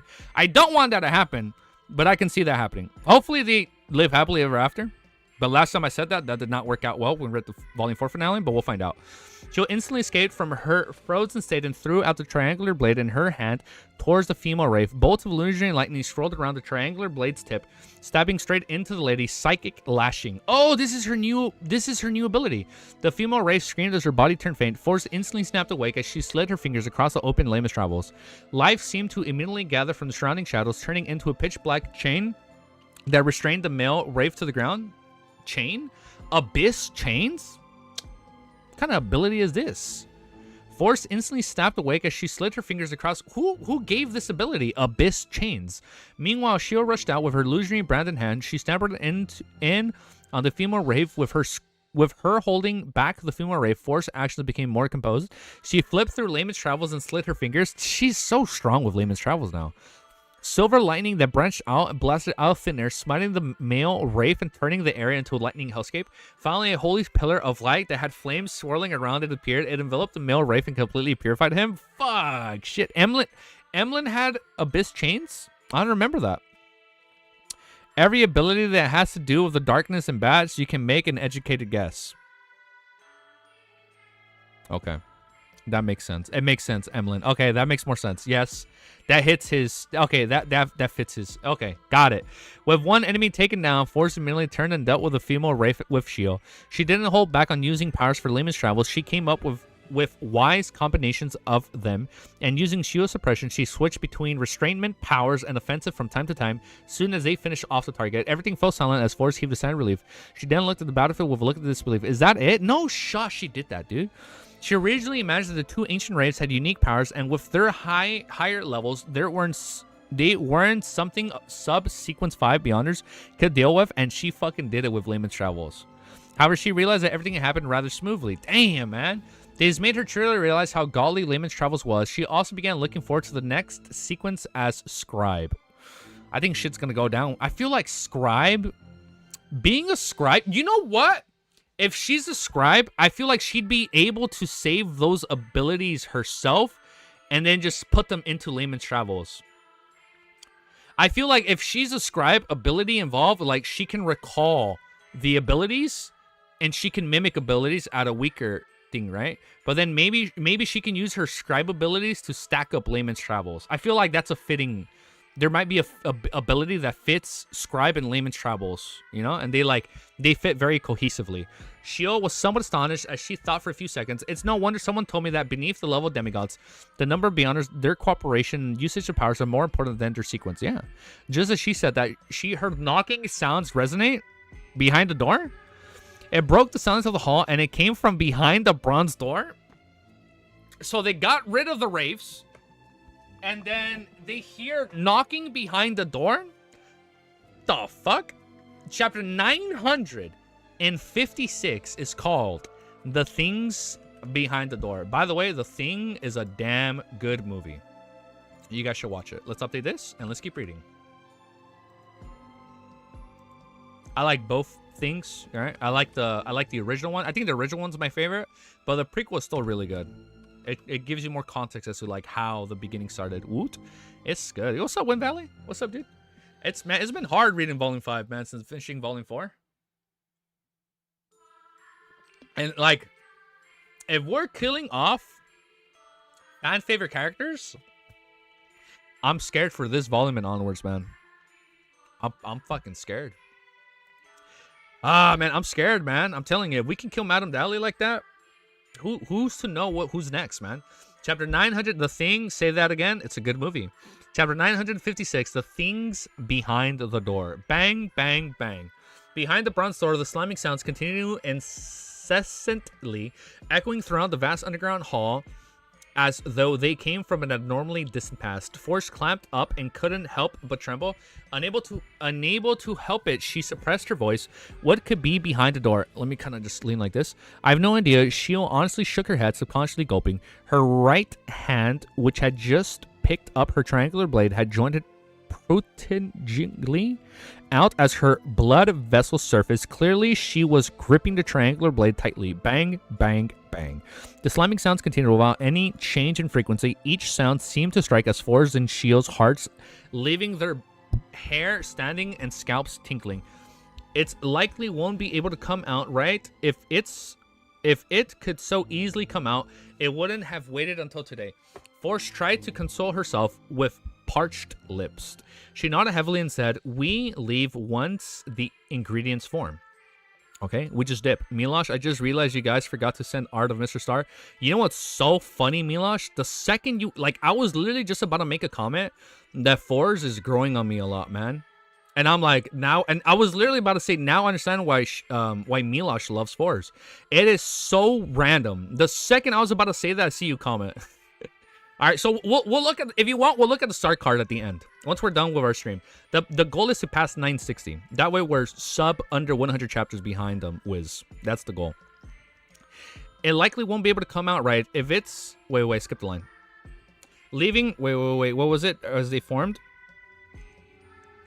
What was it? As it formed? We leave once the ingredients form. In such an environment and atmosphere, he curiously had been completely overwhelmed by her innate fear. Alright, as Force glanced at the spots where the two ancient wraiths had been cleansed, she blamed the moon for providing undetailed information. He hadn't mentioned that there was such a strange door behind the ancient castle. At this moment, glowing dust... Maybe he just didn't know.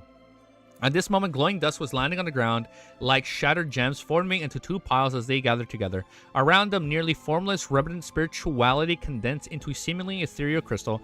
Accompanied by the crystal and dust were two different items. One was ring-shaped and completely transparent as though it was a corroded ring.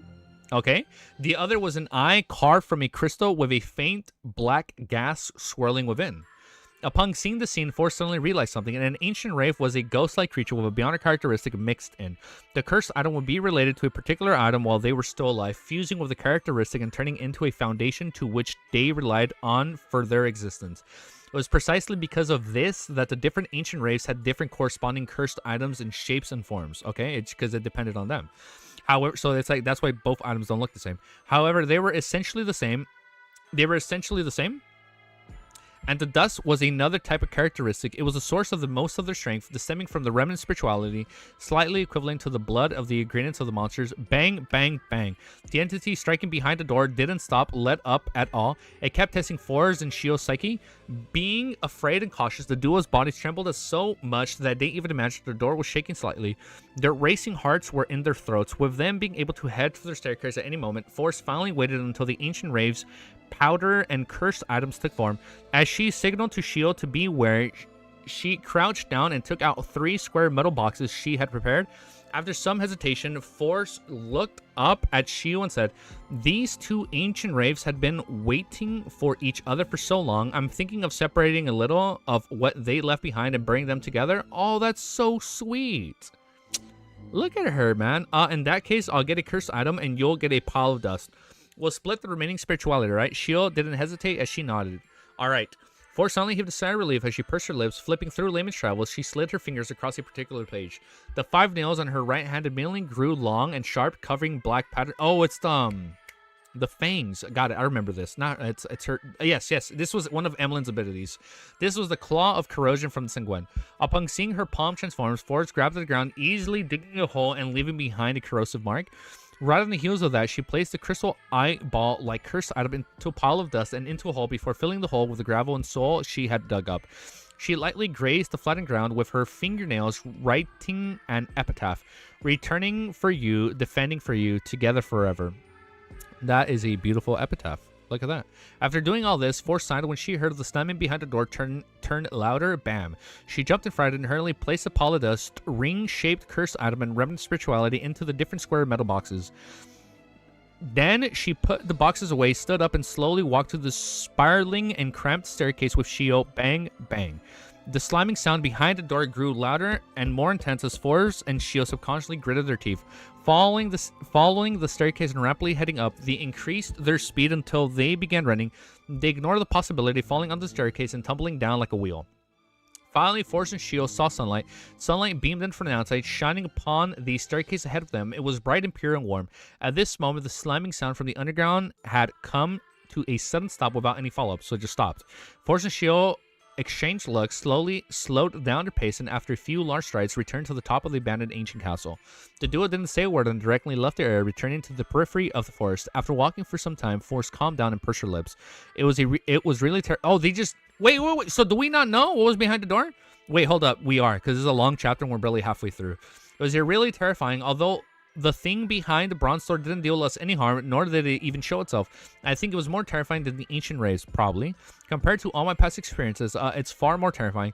In those few minutes, I couldn't help but imagine all the different tragic deaths I might suffer. Each subtle foreshadowing? No, we don't want that. Each one was more terrifying than the last, but none of them were terrifying and slamming sounds. Shio turned her head and agreed with a nod. Yeah, I felt as though I was walking on the edge of a cliff. Force was about to continue as she was just 2 streams of bright red blood flowing down Shio's nose. Shio. Shut up. No. Your nose is bleeding? Force hurriedly warned her friend. She was taken aback as her pupils dilated. You too? They were close to death? Is that where they're bleeding? Force blankly reached out her hand and wiped her nose. It felt warm to the touch, wet and sticky. Okay, so we're good. She was appalled as she hurriedly held her right hand in front of her and saw the red blood smeared across. It was bright and striking. Rip? No, we're good. It resulted from being overly anxious. Force muttered in puzzlement. At this moment, through the sunlight diffusing through the forest canopy, she realized the faint black spots were quickly growing on her wrists as a discernible pace. What the fuck is going on? The black spots rapidly spread, covering her arm and the back of her hand. Force subconsciously cried out. She hurriedly looked at Shio. No, stop. She saw Shio's cheeks and neck covered with black spots. This isn't normal. First blurted out. She was sensing abnormality happening to both of them as she recalled and said, do you still remember what the female Rafe said? She said that the guards from before had been corrupted by the forces that seeped out from behind the door. Could it be that we've been corrupted? No, shut up. No fucking RIP. No, what do you mean here it comes? They're good. No. Chill. Don't gaslight me. I ain't gonna fall for that. Shio still has to become a Terror Club member. And we still have, we can't just leave Layman Travels behind. If she were to die, we at least need to give Layman Travels to the crew. No, it's okay. Ford was taken aback for a second before she nodded heavily. It's possible. No, it's not. She hurriedly took out the medicine. Oh, thank God. She hurriedly took out the medicine that she had prepared, handing over some of it to Shio. Then she twisted the lid off and downed 2 bottles. However, they didn't show any signs of recovering. The black spots grew in number. Oh! This is where Shio prays to the fool. Okay, we're gonna get a second Terror Club member right away. This is the only way we get out of this. Potions don't work, pray to the fool. Then she twisted the lid off and down 2 bottles. However, they didn't show any signs of recovering. The black spots grew in numbers, turning their vision blurry. But dump. Oh no, my heart's racing. Before long, Forrest, whose efforts to save herself were in vain, she could hear her heartbeat and sense her body beginning to lose strength. No. Out of idea, she quivered her lips, clenched her teeth, and turned her body inside. She took a few steps to open up a distance for Shio. Pray to the fool. Then she bowed her head and chanted, oh, shit, dude. Then she bowed her head and chanted Mr. Fool's honorific name. In about 10 seconds, she saw dark red light appear, engulfing her like the tide. The ravings and roaring vanishes as Force saw the familiar model bronze table and 10 high back chairs opposite her. She then realized that her dizziness and blurred vision had vanished. There weren't any more of the strange, accentuated black spots in her spirit body. Thank you for your help. Force hurriedly stood up and bowed at the figure shrouded in the gray fog at the end of the long bronze table. Then she heard Mr. Fool say in a calm tone, your spirit has been corrupted by some force. It should be fine now. Cleansed by Mr. Fool. Oh, God. Wait, what about Shio? Cleansed by Mr. Fool, Force's heart stirred just as he wanted to make a request to Mr. Fool regarding how Shio could be saved. The scene before turned red as light soared up. After a brief pause, she found herself in the real world, back in the Lear Forest. The black spots on the back of her hand and wrist were rapidly fading and recovering. The blood that kept dripping from her nose had already come to a stop. Returning her body, she saw Shio weakly slumped on the tree. Her face was covered in black spots, making her look terrifying. The muscles on both sides of her neck were tensed up and her mind spun. Come on, like pray to the fool. A few seconds later, she walked over quickly, pressed Shio on the shoulder, and rapidly said, I have a way to save you, but you need to follow my instructions. Oh, shit. Were you guys saying it's happening because she's going to join? Oh, my God. Okay. We're getting 2 members right away? Oh, man. It's just like in Volume 1. I'm losing my voice. Just like how Audrey and Olga joined right away. Oh, Leonard and Shio joined right away. I'm losing my voice. It's been so long. We've been waiting for this moment for so long. Oh, hallelujah. Hallelujah. Oh, my God. You guys fucking got me. You pieces of shit. I was like, no fucking way. I was like, both don't die. Only one has to die. I was like, I'm not ready. I have a way to save you, but you need to follow my instructions. Use ancient Hermie to say this. The fool that doesn't belong to this era. Shio could hardly turn her swollen eyelids. Looking at Force for 2 seconds, she heaved a chant. The fool that doesn't belong to this era. The mysterious ruler above the gray fog. Damn it, it's hard to gaslight him now. I ain't gonna fall for that shit ever again. I'm over here biting my words, man. You guys are probably gonna gaslight me one more time in the future. The king of yellow and black who wields good luck. Oh, shit. Just as she said that, Shio saw dark red. I'm about to cry. We've been waiting for this moment for so long. We've been waiting for this moment for like 2 volumes. Just as she said that, Shio saw dark red starlight surge out from the void, sweeping over her. Indescribable roars continued for a second before vanishing from Shio's ear. She then saw herself seated in the ancient and majestic palace. She was sitting beside a modeled bronze table. At her feet were boundless gray white fogs. In front of her was a lofty figure looking down at her. This scene was both unfamiliar and familiar to her. She had once seen it in a dream. She did. But she hadn't ever had it again after the exorcism ritual. The purification was actually useless. She suddenly had this thought as she stood up in deliberation, bowing at her figure enshrouded in the gray fog. You are the great king of yellow and black. Oh, shit, dude. She didn't appear too surprised or alarmed, as though she had already expected it. You can call me Mr. Fool. Have a seat. The figure with an epic aura. An epic aura. Replied calmly. Shio bowed again and sat down. Confirming that she had escaped her unwell state, she looked at her sides as though before asking, Honorable Mr. Fool, does Forest Wall have a seat here? Shrouded in the gray fog, the fool nodded gently and said, yes. Oh, she felt... I just read the next line. Can I join? She fell silent for a second and directly asked, "Can I join just like her? Just like her. Sorry. Can I join just like her?" The fool chuckled. "It's a gathering they organize on their own according, but it's conveyed by me. There's still a seat available at present. You may join." No shit, dude. Draw a card. They use one of the major Arcana cards as their code name. What is she gonna be? Shortstop? The shorty? Shio didn't ask and speak any further. I'm sorry. I don't mean to diss Shio like that. I love her. I've always loved her. Guess which one? The chariot. If she's small, but she has such a high ego. She just goes on she's riding a chariot. This volume is art, dude. This is a fucking good volume. I think this is the best volume start so far. This is probably the best start to a volume so far. Shio didn't ask or speak any further. She has to be the chariot. She merely nodded, "Yes, Mr. Full." I feel like if they drop it at the end, I'm gonna hide that last line. On the bronze table in front of her, a deck of tarot cards immediately appeared. Shio reached out her right hand and solemnly cut the deck, pulled one card and flipped it over. The card depicted an angel with a trumpet and the sleeping dead awaiting the salvation. Oh, that makes more sense. The judgment card. That makes so much more sense. Okay, I didn't know there was a judgment card. Now I know there's a judgment card. She wants revenge? Damn, dude. Wait, why does she want revenge? Am I missing something? No shot. What a good volume. This stream, we've gotten literally the star and the judgment. Damn, dude. Oh, shit. Dude, I forgot about her father. I thought they just lost her title. How was the dad killed again? An assassination attempt? I remember they lost her title and her pathway. Wait, catch me up to speed. Catch me up to speed. What's her whole background on her father and her pathway? Catch me up. Catch me up. I remember them losing their title, and I remember her whole background of her being from nobility. I thought they just lost her title. What was the background? I'm so sorry. Remind me. He knew too much. Easy. He knew too much. All right. Chapter 957 is called Getting to Know Each Other. Something was pinned on her father or something. Oh, okay. So he wasn't killed. They just pinned blame on him. Oh, and that's what led to them losing their nobility title. Her father got accused of betraying the king. He doesn't know this part yet. Shush. Ascend. They used her father as a scapegoat. Her father was accused of something. Okay. Her father was accused of something. Okay. Next chapter, 957. Holy shit. We got 2 people to join so quickly. Wait. How many people do we have now? I can't do math. Wait. Oh my god. Wait. A lot of people. We're going to get one more person at the end of this volume. And it's going to be Trissy. No, if I read something, I don't remember what I read. Something was spent on his father. Okay. So, at the end of this volume, Trissy joins. If we're already getting 2 out of my 3 wanted Tarot Club members, Trissy has to join at the end. Okay, Matt, just pull one more, and then we have the 3 people we've been missing. 957, Getting to Know Each Other. What a fucking good volume so far. 1 hour, 32 minutes, 10 seconds.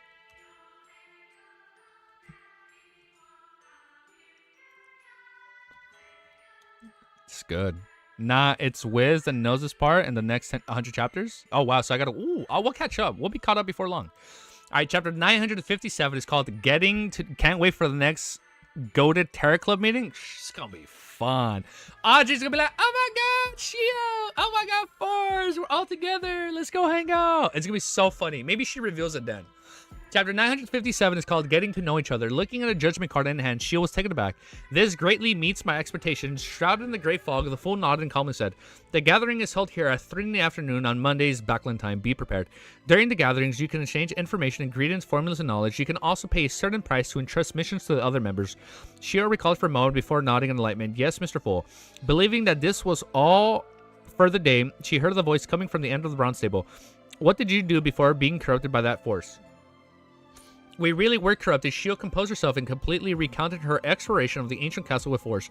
She emphasized the bronze door, which had been named the Door of Blackness, as well as the ancient castle's guard that had been reduced by a wraith due to the corruption. Okay, Door of Blackness, underground ruins. Maybe this is sealing the angel. Where are you going to do the volume 4 description? Most likely tomorrow night if Wiz is available, because I'm not I am available tomorrow, like during his second stream time. And if not, it'll have to be Thursday. Since I'll be free most of the day Thursday. Yes, Mr. Full, believing... Wait. What was it? The Door of Blackness. This has to be another Kings of Angel or something. As well as the ancient castle guarding that had been reduced to a rave due to the corruption. Then she noticed Mr. Full not slightly as she calmly said, don't enter the ancient castle again before you reach sequence 4. It's time for you to return. Shio then got up and allowed for the description of the religious ritual. She bowed and said, your wish is my command. Damn. Just as she said that, the dark red color surged in front of her. After everything dissipated, she was back in the real world and leaning against a thick tree. Subconsciously looking in the back of her hand, she realized that the black spots were rapidly turning faint. Shio looked up as Forrest, who was staring at her wordedly.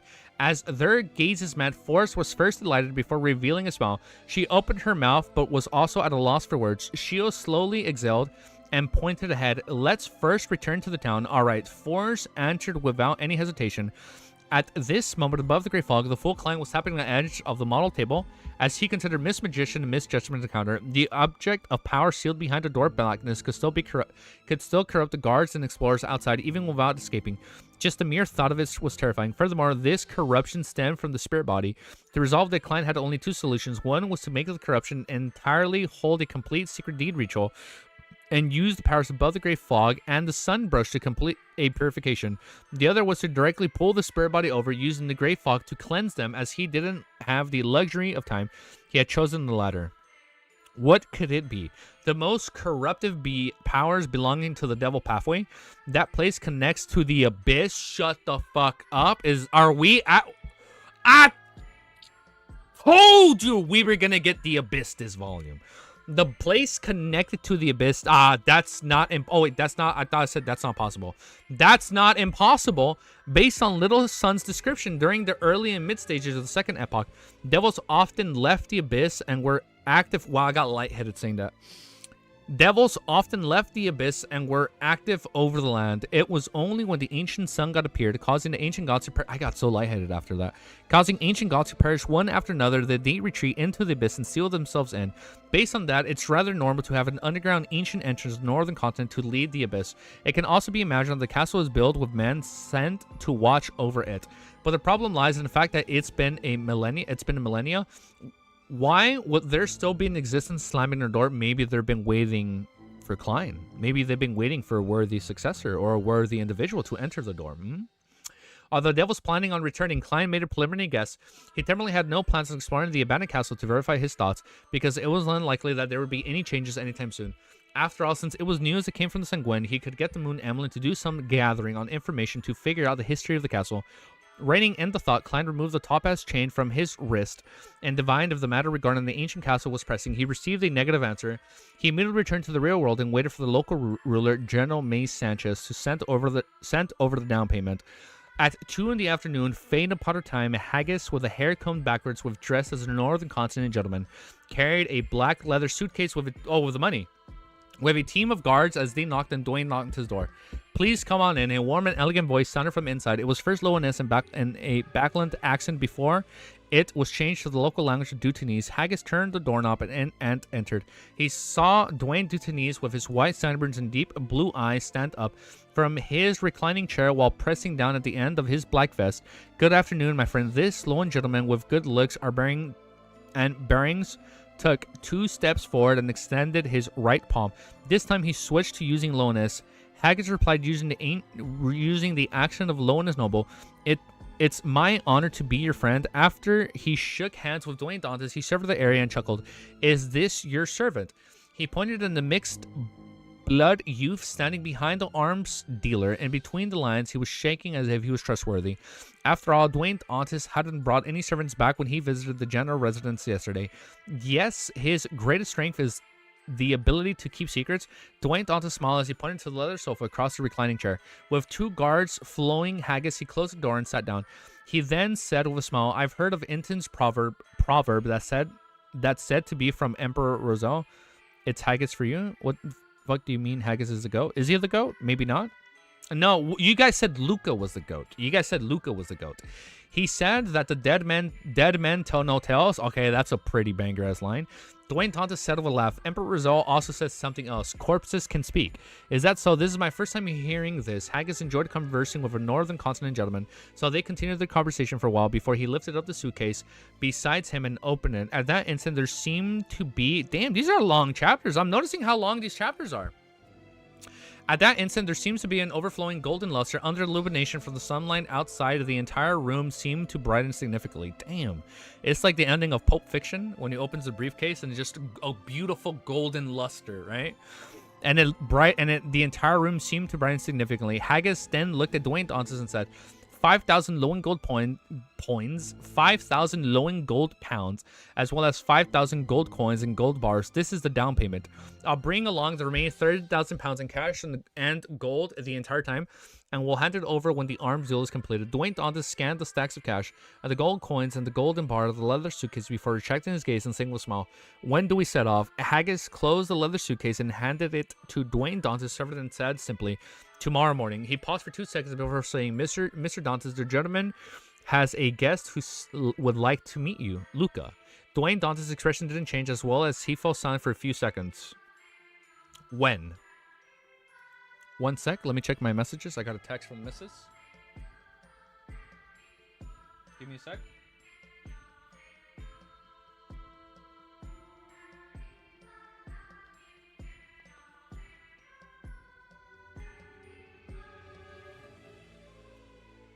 Okay, we're good.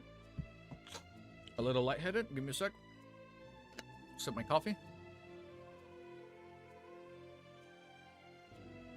Oh, fuck, I'm out.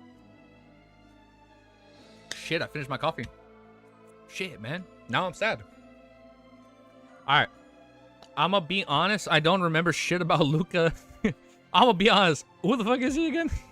You see, now I don't feel so bad when I forget stuff all of a sudden. You see, I don't feel bad. If you guys are forgetting stuff, I'm human. It's Haggis for you. All right, let's keep reading. All right, let's continue. Now, Haggis said without daring to show any signs of being perfunctory. He's downstairs. Dwayne Tontis nodded slightly. Please invite him up. Haggis immediately heaved a sigh of relief and left with his guards. They followed the stairwell down. Before long, Luca, in a simple white robe with brass lions adorned it, walked. His silver hair had been combed very neatly. When he arrived by Dwayne Tontis' door, he heard a voice from the inside just as he raised his hand. "Please come on in." This time they spoke using ancient Basic. Luca's expression didn't change as he naturally opened the door. He then saw the middle-aged gentleman who had rather good-looking qualities from yesterday standing beside the reclining chair facing him. And sitting in a reclining chair with a young man, he had a black hair and brown eyes with a thin cut face. He had a cold temperature. Luca was taken aback as he took a step forward, entered the room, and closed the door. After he sat down on the sofa in a composed manner, his gray eyes clearly reflected the young man in front of him. German Sparrow. Luca addressed him with a rhetorical question. German Sparrow curled the corners of his mouth, directly addressing the others by their full name is impolite. Luca nodded and said, "My apologies for my fox pass." Fox pass? I don't know what that means. Fox pass. I've never read that word in my life. Fox pass. Apologies for my fox pause. Made an intimidation artificial. Oh, like intimidation? A step in dancing. Okay. Fox, intimidation, pause, dancing, especially in classical ballet. Okay, got it. It's French. It's French shudders. Ah. Okay, faux pas. False step. Got it. Okay, thank you guys. I've never used that word in my vocabulary. I'll tell you that much. I recall that you advanced to Sequence 5 less than half a year ago, or it might have been only 3 months, yet it should have been completed when you were in the ruins of the Battlefield of Gods. I never expected that you were already a demigod. It left me a little bewildered. German Smurl smiled without giving any explanation. Wait. I skipped something. As he sat down on the sofa in a composed manner, his gray-green eyes reflected a young man in front of him. Did I skip something? Please invite him. Haggis immediately heaved a sigh of relief, ground neatly. Please come on in. They spoke in ancient Basic. Luke's expression didn't change as he naturally pushed open the door. Spectre Empire. Luke was taken aback as he took a step back, entered the room, and closed the door. As he sat down on the sofa in a composed manner, His gray-green eyes clearly reflected a young man in front of him. German Sparrow. Luca addressed him in a rhetorical question. Okay, so he switched from German. He switched from Dwayne to German. German Sparrow curled the corners of his lips, directly addressing the others by their full name as impolite. Okay, got it. We switched to German. German Sparrow smiled without giving an explanation. After a brief moment of silence, he said in an unhurried tone, "Why are you visiting me?" Luca calmly replied, "I don't know. It was mentioned in Volume 3. Oh. The atmosphere in the room suddenly turned somewhat odd. German Sparrow seemed to forget that there was an elderly man sitting opposite him that needed him to speak again. Luca indescribably nodded and said, "This is the thing. I made a prophecy by chance not too long ago. In that prophecy, I will be in a rather thorny situation in the future, and one of the people I meet with over these few days will help me deal with it. I'm not sure if it's you, but I'm rather be safe than sorry. So I decided to meet you and get to know each other." Oh, let's get to know each other. "My name is Luca Brewster, a clergyman who serves the God of knowledge and wisdom. I'm presently in charge of the various matters in West Balham." German Sparrow nodded and said, "Not bad. Now know." I thought you said I already know of you. Okay, "I now know of you. I don't believe I need to introduce myself, right?" "Of course," Luca said. "You should be a bizarre sorcerer. I recently received some intel that there had been some reshuffling among the secret orders and intas." Damn. Okay, he has intel. He didn't see German Sparrow's reveal any looks of shock. "This powerful adventurer who is famous across the 5 seas said with a moment of silence, Zaratul has returned." Oh, shit. The look in Luca's eyes changed immediately before being restored to normal. Then he stood up and said, "Since we've gotten to know each other, it's time we bid farewell." "That's it?" After saying this, he walked to the door, twisted the doorknob, and left the room. Sitting on a reclining chair, German Sparrow watched as his figure was concealed inch by inch by the wooden door until he completely dissipated. Then he chuckled, "What a charlatan." Yes, Dwayne Ontis, who was standing beside the reclining chair, found a seat and sat down. He then picked up a cup of tea and sipped from it. With white sideburns and deep blue eyes, he and the thin, angular-faced German Sparrow exchanged looks and smiled in unison. On Monday afternoon, Dwayne Dondas took out his golden pocket watch, opened it, and said to Haggis opposite of him, "We're almost arriving at our destination. I believe you and my men need some rest." Read Wind Valley top message here. Top message. Derp, he's reading the bottom of the chat. Read that part? It was mentioned in Volume 3. Oh, I see it. Wait. Before I forget, Easy Cuttlefish yesterday posted on social media that he might write side stories about the Tunnerson Empire, lost treasure at sea, the ghost ship called Spectre Empire. So we are going to get more side stories? Okay, so he didn't confirm book 3, but we're getting more side stories. Oh, shit. Hell yeah. Okay, I mean, I assume the last alleged side stories were AI, right? From a BL story? Okay, but he confirmed, like, okay, he's actually doing side stories. Okay, that dude. Okay, I didn't know that. Yes? Okay, awesome. Okay. An excellent suggestion. I think I didn't read this. Since we've gotten to know each other, it's time to bid farewell. After saying this, he walked to the door. Yo, thank you. Thank you for telling me that. Oh, we will eventually get to it. One day, hopefully soon, we will get to it. It's going to be a while, though, before we get to the side stories. Twisted the doorknob and left the room. Sitting on the reclining chair, German Sparrow watched as the figure was concealed inch by the wooden door until he completely disappeared. Then he chuckled. What a charlatan. Yes, Dwayne Tontis, who was standing beside the reclining chair, found a seat and sat down. He then picked up a cup of tea and sipped from it. With the white sideburns and deep blue eyes, he had the thin, angular face. German Sparrow exchanged looks and spelled in unison. On Monday afternoon, Dwayne Tontis took out the golden... So, both... He had... Did he? I'm sorry. I hope we get a Rizal prequel. I think that'd be sick. I think it'd be cool to see like Rizal's like origin stories, like how we got there and like what he did to become the Emperor. I think it'd be cool to see more besides just the diary entries we get on him. I think that'd be cool. On Monday afternoon, Dwayne Dantas took out the golden pocket watch, opened it, and said to Haggis opposite him, "We're almost arriving at our destination. I believe you and your men need some rest." An excellent suggestion. Haggis was rather agreeable. Dwayne Dantas pointed at the street ahead. "There's a hotel ahead. Let's rest there for half a day before we set off again tomorrow." Haggis didn't object as he turned to the front and instructed the carriage driver. After checking into the hotel, Dwayne Dantas declined the Haggis invitation for an afternoon tea by using an afternoon nap as an excuse. Slightly more than half an hour later, above the boundless gray fog, Klein sat in the seat that belonged to the fool. Is it Tarot Club time? Maybe. 958. Okay. Let's do my timestamp. 1 hour, 46 minutes, 43 seconds. Okay.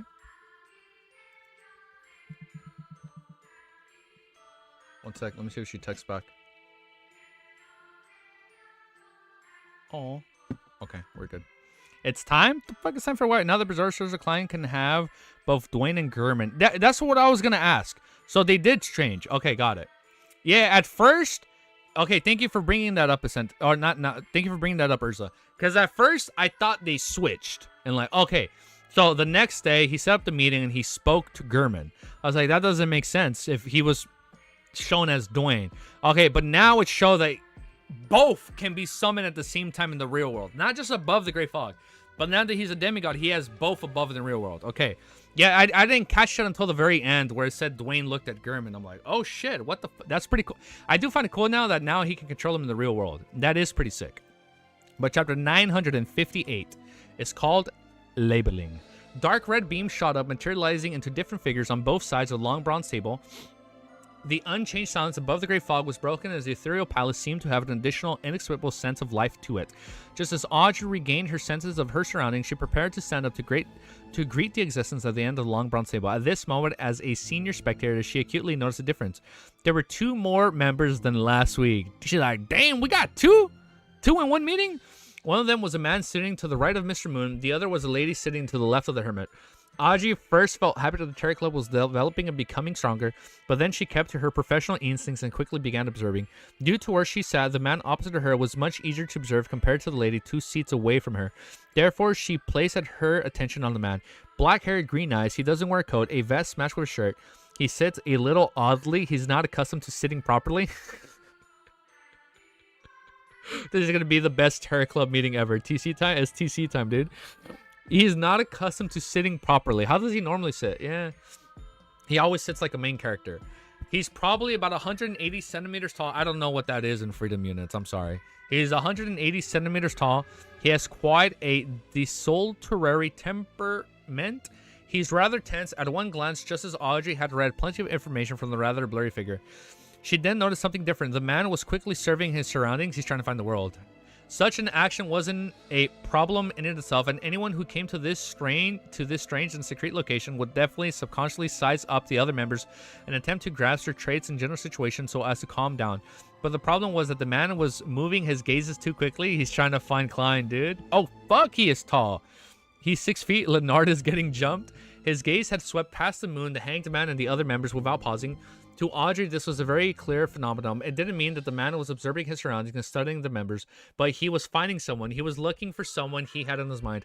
Audrey instantly felt a little excited as she believed that this newcomer knew one of the members present. Who could it be? She observed for another second and realized that the man sitting diagonally opposite of her had fixed his gaze onto the world. You know what's crazy? I think Audrey's going to realize it. I'll be honest. I think at the end of the story, Audrey is going to realize that the world is the fool. I'll be honest. If there's one person we need more, if there, what the fuck is a centimeter? A cent? I think if anybody figures out Klein's identity, it's gonna be Audrey. Once she reaches like demigod spectator, I think she's gonna be able to figure out. She's gonna see through the facade, but she's gonna be like, you know what? No, it's cool. I'm not gonna tell anybody. That's just between you and me. I can see that happening. Gaze on the world, Gurman Sparrow. Audrey was thrilled as though she had discovered a secret. She thought enlightenment. The newcomer is a friend of Mr. World, or is it at least the case that they know each other in the real world? He also knows that he's a Tarot Club member, or it could be that said that Mr. World had inducted him into this gathering. No, that's not very possible. If that were the case, the newcomer would be much more certain. He wouldn't be eagerly searching for someone he knows. He definitely would have placed his gaze onto other members for a long period of time. Furthermore, such an action also proves that he's not a blessed of Mr. Fool. What is the relationship with Mr. World? Audrey held back onto her thoughts and continued to observe as he stood up and turned to face the seat of honor. During this process, she took the opportunity to sweep her gaze at the new member sitting beside Ma'am Hermit. Fourth best girl is G. I theorize the same with their therapy sesh. Thank you, Mac. I'm pretty sure, like, towards the end of the series, they're going to have, like, one more therapy sesh, and then Audrey's going to be like, I know. She's going to be like, I know everything, but that's okay. That's between you and me. Like, I now know that the fool is you. And you know what? I think that's going to be cool. I think there's going to be a sick-ass reveal. If there's one person that finds out, I think it's going to be Audrey. He definitely would have placed, or that, or he just Klein tells everybody, like, hey. Oh, or at the end of the series, Klein tells everybody, hey, This is our last Terror Club. I'm sorry you guys think I'm the fool, but in actuality, I'm just a guy that came from another world that wants to go back home, or some shit like that. Both outcomes would be crazy. Furthermore, such an action also proves that he's not a blessed Mr. Fool. What is his relationship to Mr. World? Audrey held on to her thoughts but continuing to observe as he stood up and turned to face the seat of honor. During this process, she took the opportunity to sweat her gaze at the new member sitting beside Ma'am Hermit. She's exchanging looks at Miss Justice. Her height shield had finally passed the test and joined the gathering. Upon identifying her, Audrey did a curtsy towards the figure shrouded in the gray fog. No more fanfics, please. No, it's not a fanfic. It's gonna happen, dude. He is no longer some guy. He is a demigod. Good afternoon, Mr. Fool. Just as he issued the brisk greeting, she realized something. Mr. Fool is a little different from before. This great existence seems to be more one with the entire gray fog, palace, and space. His aura was lofty and mighty like the sea of the sky. This feeling isn't something that can be described with words. Mr. Fool has taken one more step to his awakening, allowing him to retrieve more of his authority over his divine kingdom. Audrey's eyes darted around, feeling curious and delighted, as well as a little sense of pride. At this moment, the Hanged Man, Olga, and the Hermit Kalia had noticed the two new members.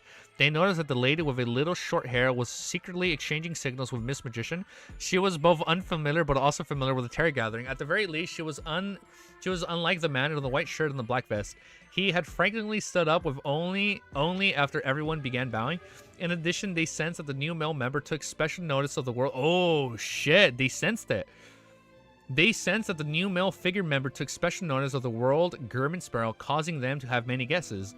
Okay, these thoughts resonated in their minds, but they didn't express them. The Hanged Man and the Hermit completed the usual first steps of the gathering with Miss Justice. Leonardo Audrey had to analyze several points. Meanwhile, Shio Audrey, days 150 centimeters, instantly recognized. Yeah, she instantly recognized her. That's the funny part. Like, it's her. She's finally here, right? Finally. Okay. The Hanged Man and the Hermit completed the usual first steps. I skipped a line. They sensed the new male member took special notice of the world German Sparrow, causing them to have many guesses. These thoughts resonated in their minds, but they didn't express them. The Hanged Man and the Hermit completed the usual first steps of the gathering with Miss Justice. As for the son, Derek, he was just happy because the Terror Club had new members again. He's just happy there's more people. Too short L. These thoughts resonated in their minds. Oh, wait, as for the son, Derek, I was almost stuck in a time loop. As for the son, Derek, he was just happy because the Terror Club had new members again. The Moon Emmeline had mixed feelings. On the other hand, he felt a sense of superiority being more senior compared to the newcomers. But on the other hand, he had a feeling that there were just too many messiahs from the apocalypse. He's like, too many fucking people. After some searching, the star Leonard determined that the one sitting on the bottom of the end of the long bronze table was Klein Moretti. This is because his physical characteristics were similar to that of German Sparrow's description. He's hiding his true identity. He doesn't relax even in such a secretive gathering. Using 2 levels of disguises, I have to take note. Just as this thought flashed around his mind, Leonard saw the girl sitting to the left of Mr. Fool stand up. She led everyone into bowing. He was taken aback, failing to react in time. He stood up when amongst all the standing members. After a second, Leonard snapped back to his senses and hurriedly stood up to deliver the greeting. Opposite him, Shio glanced at him, equated him to Force to a certain extent. Force shared the same thought, however, she had equated the man with Shio to a certain extent. This is because Shio had appeared rather unreliable when they first met. This is the star. This is the star, and this is judgment. Take your seats and introduce yourself. The Fool Klein raised his right hand and casually pointed. The name the star keeps making me think that this is the code name for a lady. The name the star keeps making me think that this is a code name for a lady. As Leonard thought in his aspiration, he focused and began labeling the members in order of their introduction. Miss Justice seems like a young lady, but she might have donned 2 levels of disguise like Klein. She's rather optimistic and cheerful. Although I can tell the details of her attire, it appears to be very classy. Mr. Hangman, burly, restrained. He's likely to be straightforward but rash person. Miss Magician, the way... Wait. Miss Justice seems to be like a young lady. Mr. Hanged Man seems burly, restrained. Miss Magician, the way she looks at me is weird. From time to time, she will glance at Klein. I have no idea what's on her mind. She seems to be rather ordinary overall, nothing standing out. You put some respect. Wiz finished streaming. Time to speed up. Time to speed up. Wait, what chapter did he stop at? What was his last chapter? We have to be minus 100 chapters ahead. Minus 100 chapters behind. She's likely... Wait, I skipped a line. Although, well, I skipped another line. I have no idea what's on her mind. She seems to be rather ordinary overall with nothing standing out. Mr. Sun, he's very tall. Very tall? I thought he's small. He's very tall, but the way he speaks sounds like he's going through puberty. Although he's silent, he doesn't seem rather friendly. Son, Derek is tall? I thought he was always small. I thought that was a joke. 1,601. I gotta read to 62. Son of a bitch. Mr. Sun, he's very tall. Miss Hermit, Ma'am Hermit, she exudes a mature and staid demeanor. She's likely very experienced beyond her. Mr. Moon, rather young and looks a little reserved, makes me feel like I've seen him somewhere before. But I can't recall it. I'll continue. He has to figure out over time. I'll continue observing. Miss Judgment, very short with very obvious traits. However, I can't be sure if she's been donned 2 levels of disguises. The world, very, very gloomy. This is likely his disguise. Well, it might be also his true nature. He wasn't a demigod before, meaning that the gathering has no lack of mid-sequence beyonders. I wonder if I'm the weakest one. As Leonard, 9 people. And with fucking Klein, technically 10. 9, technically 10. Derek is the youngest, but he has giant's blood. I guess that makes sense why he looks tall. Okay. Okay, that does make sense. The rest is Silver City, I mean. Yeah, that's true. I do have giant's blood. As Leonardo was observing the other members, Judgment Shield Derecha also used her powers as a sheriff to extract the traits of different... Wait. She can use her powers as a sheriff to extract traits of different members and keep them in mind. A noble lady, sailor of a crew member, rather young and introverted, but it's not serious. Rather strong, the leader of at least a mid-sized team, arrogant, of a pretty good family background, desultory, not staid, gloomy, terrified. Amidst their thoughts, the other members finished their self-introduction.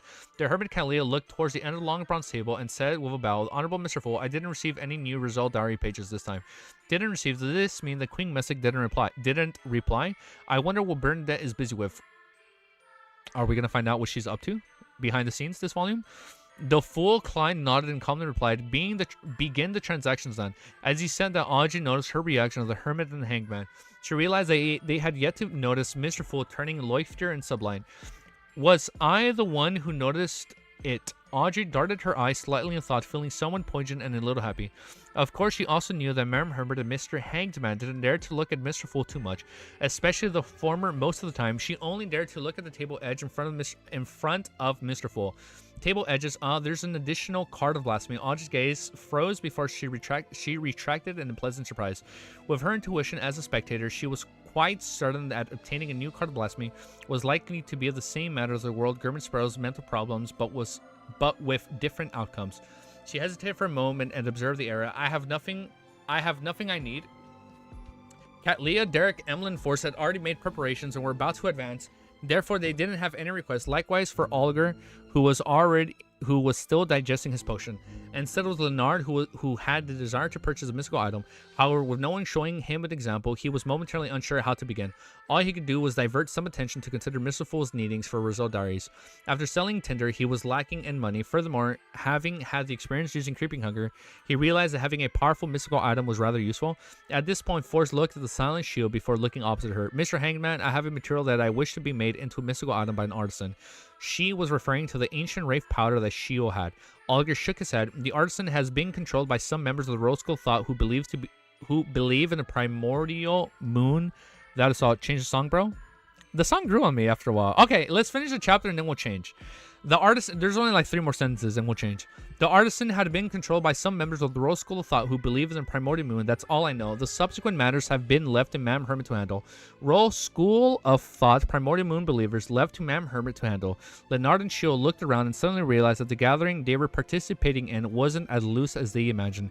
They were secretly traversing through the shadows of the world, and they're like, oh shit, we're in the big leagues now. Chapter 959. Even newcomers are different amongst themselves. Okay, so there's a difference in terms of strengths and powers between Leonard and Shio. Okay. 959. Copy paste. I can't believe we're almost at chapter 1000. That's fucking wild, man. Hey, man, I thought Wiz was supposed to be taking a break this month, man.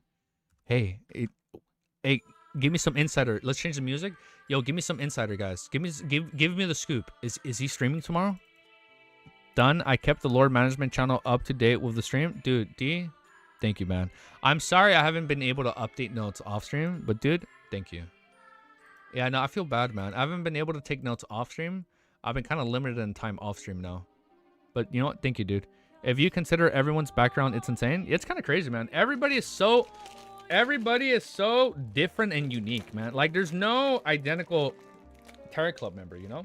I think that's what I find really cool about the series. Everybody's so unique and different. Let me just eat some gummy worms. I haven't eaten yet, and I should be eating right now, but we need a little sugar rush to keep going. It's fine, don't worry.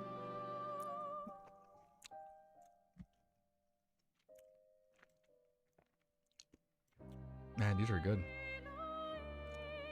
Where's my water? Oh, over here. Give me a sec. Now we need a demoness. I'm telling you, Cap. I think Tristy's going to be the next Hair Club member. I'm feeling it. I feel it in my bones.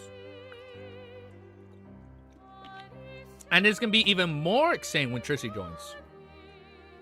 I'm just going to be like, yo, this bitch is evil. What the fuck? You know what's weird? She's going to be like, she feels different. She feels more evil, more sinister. I know the feeling, Cammy. What did Cammy say? Change the song, bro. My message is censored, man. F my all. Easy, you are too thirsty. I'm not. Just because I'm not drinking water because I want Trissy to join, okay? I'm drinking water because I'm eating gummy worms. What tarot card do you think she'd pick? I'm going to pull this up and I'll look at it after we finish reading it. But let me just look up tarot cards. Geeky, stop eating snacks. You make me mad. I never eat and still got worse physique than you. What do you mean? I haven't eaten yet. So this is a little snack. Yo, hold up. I made, as I look at tarot cards, I made some of the best overnight oats I've ever had in my life, man. I fucking added protein powder, peanut butter, light Greek yogurt, almond milk, creatine, and blueberries. Bro, that shit was bomb as fuck, man. Wait, there are way too many tarot cards. Hold up, before I read, just give me 1 minute and make sure I can show this on screen. Last time we saw a little slip. What represents the tower? Hold up, let me just make sure there's no nudity in these pictures. Oh, there's definitely nudity. I'm quickly looking at tarot cards off screen before we read the next chapter. I know what Trissy would be if she joins. Trissy would be Queen of Swords. Tower doesn't make sense. Queen of Cups? No. I feel like it has to have the title Queen in it. Knight? Lovers? Duh. Is the Lovers a card? Oh, wait, hold up. Oh, wait, hold up. Now I'm seeing the Lord of Mysteries one right here. Oh, wait, okay. Now I'm seeing there's the World, Judgment, the Sun, the Moon. Whoa, these are all coincidentally together. The Star, the Tower. There's Temperance. She's not the devil and she's not deaf. Is there one called the Lover? Oh, she's definitely... Oh, she is so the Lover. The Lover has both man and woman on the cover with like a figure in front of them doing this. Come on. It's so on the nose. This... Oh my... Does Cuttlefish draw characters revolving tarot cards? Because he said he wanted to make the series revolving tarot cards. So I feel like when he introduced characters, I feel like he drew... Oh! I feel like he drew characters representing their tarot card before that. See, even this doesn't get censored. I'm just going off the persona knowledge. Yeah. You know what? That's a good one. She is definitely going to be the Lovers. Even the character art just matches her so perfectly. It's like, look, it's a man and woman. There's like sand behind them or something. Maybe representing her time before she becomes Cheek. The being behind her represents Cheek. All right, that's some very good analysis. All right, now let's read chapter 959. Even newcomers are different amongst themselves. You know what? I'm gonna make this its own separate timestamp. Is Trissy next? I'll just make that its own timestamp before I forget. So 2 minutes, 2 hours, 2 minutes, 32 seconds. Wait, I didn't see your messages earlier, guys. Is Wiz streaming tomorrow? No, right? We're chill. Tell him to take the day off. Tell him he's so far ahead, he should rest. You saw the one I sent earlier, D? All right, chapter 950. Chapter 959. Every newcomers are different amongst themselves. Katlia turned her body slightly to the side and looked at the magician. It's a little complicated. I suggest that you wait for another 1 to 2 weeks. I'm unable to promise anything. All I can say is that there should be someone to help you create the mystical item when the time comes. Should be someone. It also means that it might not be the original artisan. Does this mean that he's... Let me lower the volume down a bit. Does this mean that she's planning on nurturing an artisan for herself? Or, yeah, because she recruited him, dude. Or could it be that she's thinking of a way to turn the original artisan into a sealed artifact using a machine to create machines? Whoa, that's a little deep. Huh. I like that you're fully willing to forgive Trissy. I'm not forgiving her. I just want her to join. I don't want her to join because I'm forgiving her. I just want her to join. You know what I still find weird? That she wants to avenge... the prince. I still find that weird. Like, she was forced by her will to be there, but did she, like, actually fall in love? Even Klein brought that up. Like, is such a character trope for, like, the capturee to fall in love with the one capturing her. I remember him bringing that up. Like, is that Etzik got the Riz? You know what? He did have the Riz. Even though she was technically bigger, he was still able to riz her up. Ma'am Herman is indeed an experience beyond her. Leonard listened quietly while doing some analysis. It was the first time he was this serious during a meeting. No problem. Forrest had the utmost confidence in Ma'am Herman. After all, she had already obtained the mystical creature blood and was willingly to undergo a qualitative change in time. At this moment, she heard the world say with a rehearsed voice, if this matter requires my help, you can get my help. To climb the mother tree of desire, abnormal interest in the gray fog, as well as the Emperor Rizzo's warning to be careful of the moon, which made him was determined to figure out the secret of transmigration and the door of light. Maybe all... You know what? Maybe all high deities were all prior transmigrators, and they all want access back to the gray fog to go back home, even after like 1,000+ years. Maybe that doesn't make sense because only 3 cocoons hatched. So maybe I'm letting out of my ass. Maybe there's a second gray fog where all these other cocoons hatched, and this is like a second gray fog attempt. Or maybe the Abyss has its own version of a Terra Club meeting, right? Because it said like the black miasma, the black fog, and this is the gray fog. Maybe the gods are twins and triplets. Easy cooking? Maybe. And maybe that'll be alluded to in COI since there's a book 2 and potentially a book 3. That actually, no, he said he had an idea if he doesn't want to do it, right? Emperor Rizzo to be careful of the moon, which made him be determined to figure out the secret of transmigration and the door of light, take the notes of matters involving the Rose School of Thought and the primordial moon believers more than ever before. Furthermore, the artisan was now involved in both matters. Katlia never expected the world to offer his help. After some silence, she nodded slightly. All right, if I'm unable to handle it, I'll seek your help through Mr. Fool. She had deliberately said through Mr. Fool to inform the 2 newcomers that the Terror Club had a magical way of contacting one another. This was no need for them to be stumped or to be in a dilemma in such aspects. It was something they would understand in due time. You are cooking without the fire? Is that good? Was our cooking so good that the fire wasn't even on? All right. Hold up. You see, and that's why you guys are always throwing me off on the Abyss. Okay, I'm gonna stop. I might be burning the kitchen. I'll chill before I keep speaking. As a pirate admiral with the highest bounty across the 5 seas, as a pirate crew leader of the 100 subordinates, she wasn't doing this solely out of goodwill, nor I wouldn't doubt that. Nor was she worried that the 2 comers would affect the prerogatives of the gathering because of the excessive questions. Instead, it was a way to assert dominance in front of the newcomers. Of course, unless this was of the essence, leaving Katlia no time to set up a ritual, she would, in fact, rather summon Gurmansparrow's messengers that troubled Mr. Fool. Seek help through Mr. Fool. She'll vaguely understood something and held back her urge to look at Force. Seek help through Mr. Fool. Leonard's thoughts raced quickly as he made a guess. Seeking that someone had begun, he relaxed a little and deliberated for a few seconds. Then he heard, I need a mystical item. What kind? Audrey answered at the perfect time to prevent an awkward atmosphere from descending upon the sea. Leonard verbally showed his indecision and subconsciously replied, I don't know.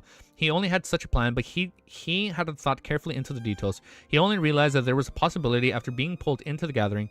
Doesn't know, is he an idiot? The full clan who knew Leonard's distillatories and casualness resisted the urge to laugh and criticize him inwardly. Seeing everyone gaze fall on him with mixed expressions, Leonard immediately felt embarrassed as he hurriedly added, I mean, there's no limits on the type as long as it's geared towards fence, has rather stealth-oriented attributes and lesser negative side effects, it would be fine by me. This was to boost his Nighthawk's control to his full extent. At times, he'd control a target by himself while Palazaros controlled the mystical item, giving him the day's opponent a lethal strike. Once he became a spirit warlock with a natural spirit array for shadow sealed in his teeth to aid him, he could do 2 or even 3 things at the same time. Smart as Leonard moment. Electric stove. We were using electric stove. You know what? He's asking too high a price. We'll see if they can actually pull this off. After Mr. Star finished his explanation, Olger didn't harp over the details. He asked roughly what levels needed. Somewhere around a grade 2 sealed artifact, but slightly stronger. Okay, so a high tier grade 2. Corresponding to sequence 5 or 6, Leonard had habitually described the item using the particular of an official Beyonder before switching to more common terminology. At that instant, a thought flashed around the minds of Audrey, Catleo, Olger, and Shield. Mr. Star is an official Beyonder, or at least he once was. Damn, they all picked up on that.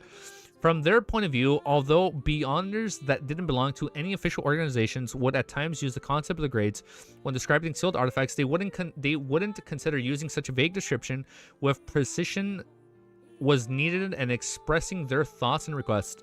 One would often choose a method of explaining that was more direct and easier to understand. Therefore, the conclusion easily appeared. This way, things turned way more interesting. Now it's definitely interesting. Mr. World is actually very familiar with an official Beyonder. How did they get to know each other? Was he a former Beyonder? Okay, we're getting one step closer to Audrey realizing who he is. Why would he rope in an official Beyonder into the Terror Club? Audrey didn't say a word as she maintained her state as spectator while enjoying herself. At this moment, Olger tearfully acknowledged a mystical item at a sequence 5 costs at least 9,000 pounds. For one that matches your request, it can typically exceed 12,000 pounds. Very frank, Leonard nodded. I understand. After hearing his reply, Klein quickly facepalmed as he sighed inwardly. Aren't you showing your hidden card to Mr. Hanged Man by doing so? I dare bet that if he has something suitable, the price will definitely be above 12,000 pounds. Aside from the 7,000 pounds from Tinder, Leonard still actually has other savings. Damn, he rich. With the guidance of Grandpa from the Marauder Pathway, he has likely amassed quite a bit. Otherwise, he wouldn't have been able to purchase Tinder. I get it. He's not afraid of being fleeced because he still can purchase from the Hermits of Fate. He can compare the traits and prices from both sides, but the problem is that the gathering happens once every half a year. It's totally not at the Tarot Gathering's price. At this moment in time, Klein couldn't help but consider sealing the items to the dear poet that had repeated effects or would be little use after becoming a demigod. He then heard Mr. Hanged Man reply, did I update this by way? Yes, I did. Okay, thank God everything's updated. He then heard Mr. Hangman reply in a deep and calm manner. All right, I'll keep an eye out for you. Okay, Catlea and the other members expressed their stance as well. Following that, there weren't any transactions, allowing the gathering to automatically enter the free exchange segment. Without waiting for Mr. Hangman to inquire, Derek raised his hand and said, I'm already back in the city of Silver. The chief has informed me that we would begin another round of preliminary explorations of the Giant King's court shortly. Does this mean that I should make use of this time to advance to become a priest of light? Giant King's Court, explorations of the Giant King's Court. Leonard cast his gaze to the pubescent youth, one seat away from him to his surprise. From what he knew, the Giant King's Court had already been destroyed to the long ago in the Second Epoch. Palazaros, as an angel, he had already said that it had vanished from the rivers of time.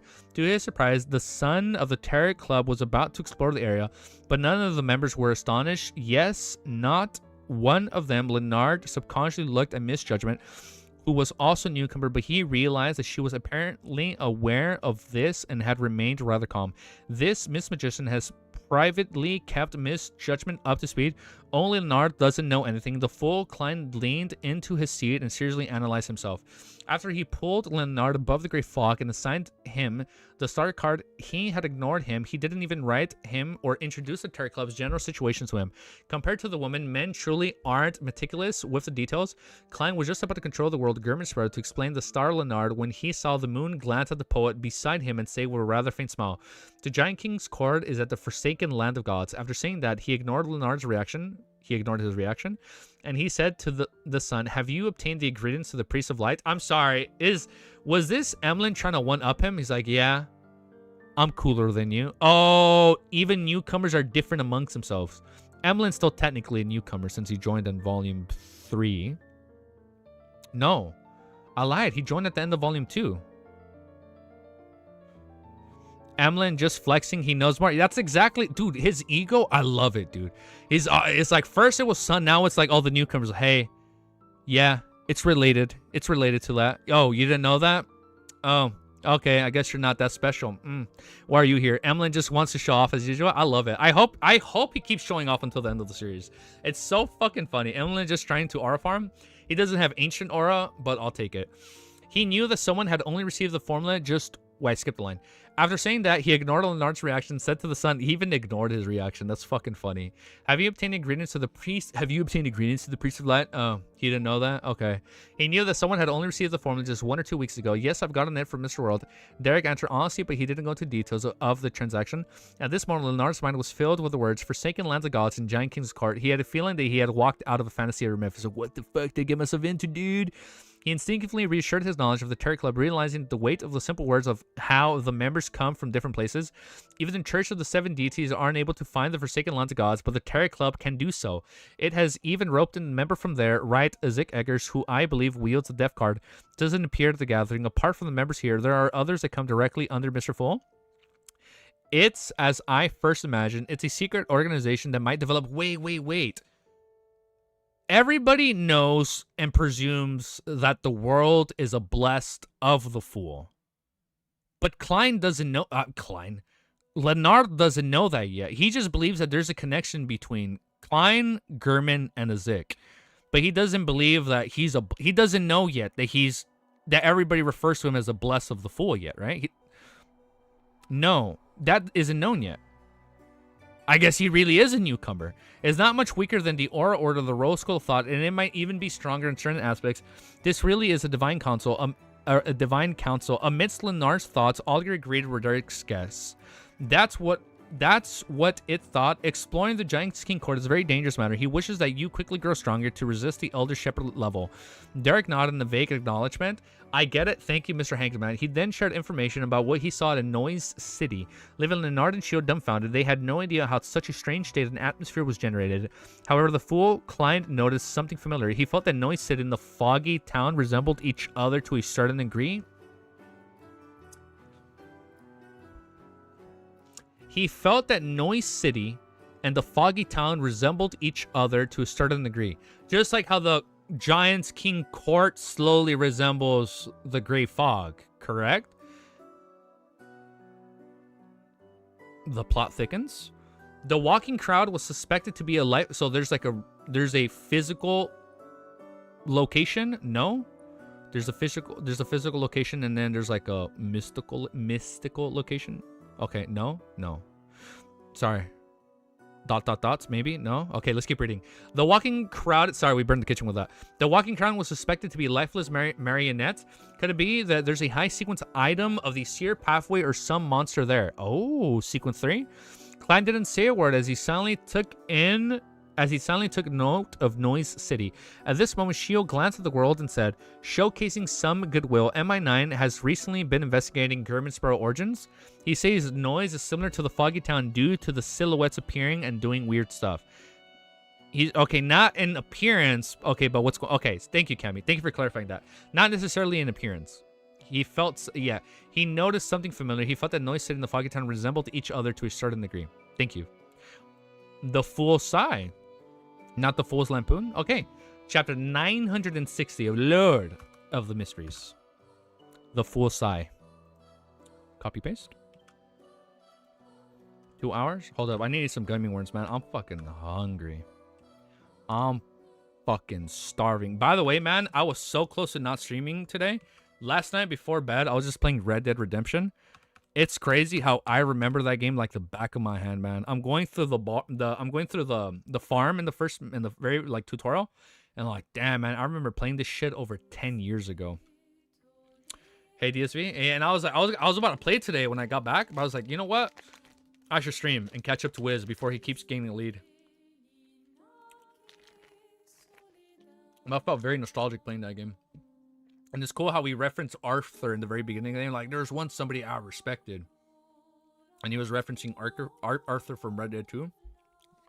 What a fucking good game. Okay. Drink some water and let's continue. Yeah. I bought Red Dead 1 the other day.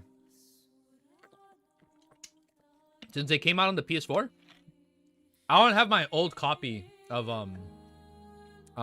Red Dead because I traded it for someone. No, I didn't trade it. I never had it. People just let me borrow it. I don't believe 2 is 10 years old. No, my bad. The original Red Dead. The original Red Dead is over 10 years old, man.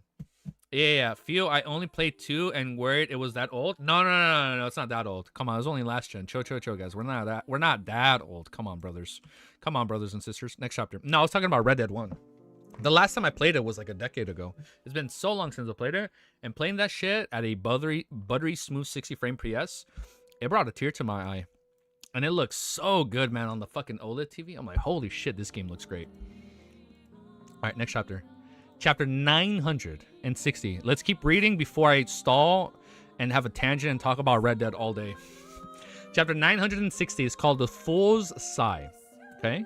Upon hearing the name Grimsborough, all the members on both sides of the long bronze table looked at the world. No one spoke or interjected.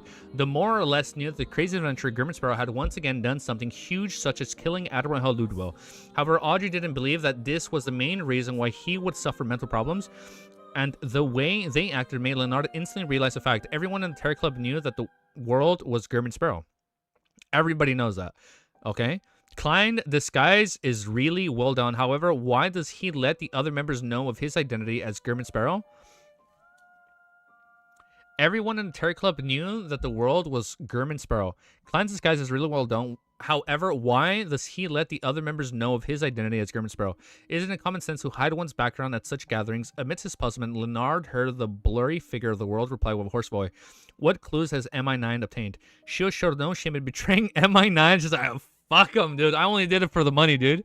Shio showed no shame in betraying MI9 as she replied frankly. They have confirmed that the identity of German Sparrow is fabricated and that it was sourced from Backland. Yep, and we got the body from Sharon.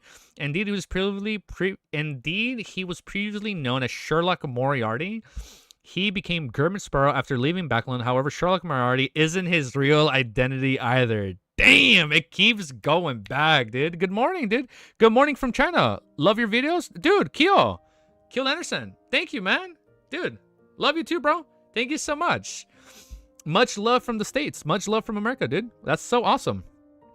Leonard subconsciously served the air. It's so crazy, dude. I find it so weird. I'm not used to that. I find it so weird that there's people watching me from like outside of my bubble, you know? I find that I still haven't like that has not digested yet. There's people watching from like China and like from like Europe or like East Coast. It's like that's so new to me. It's so crazy.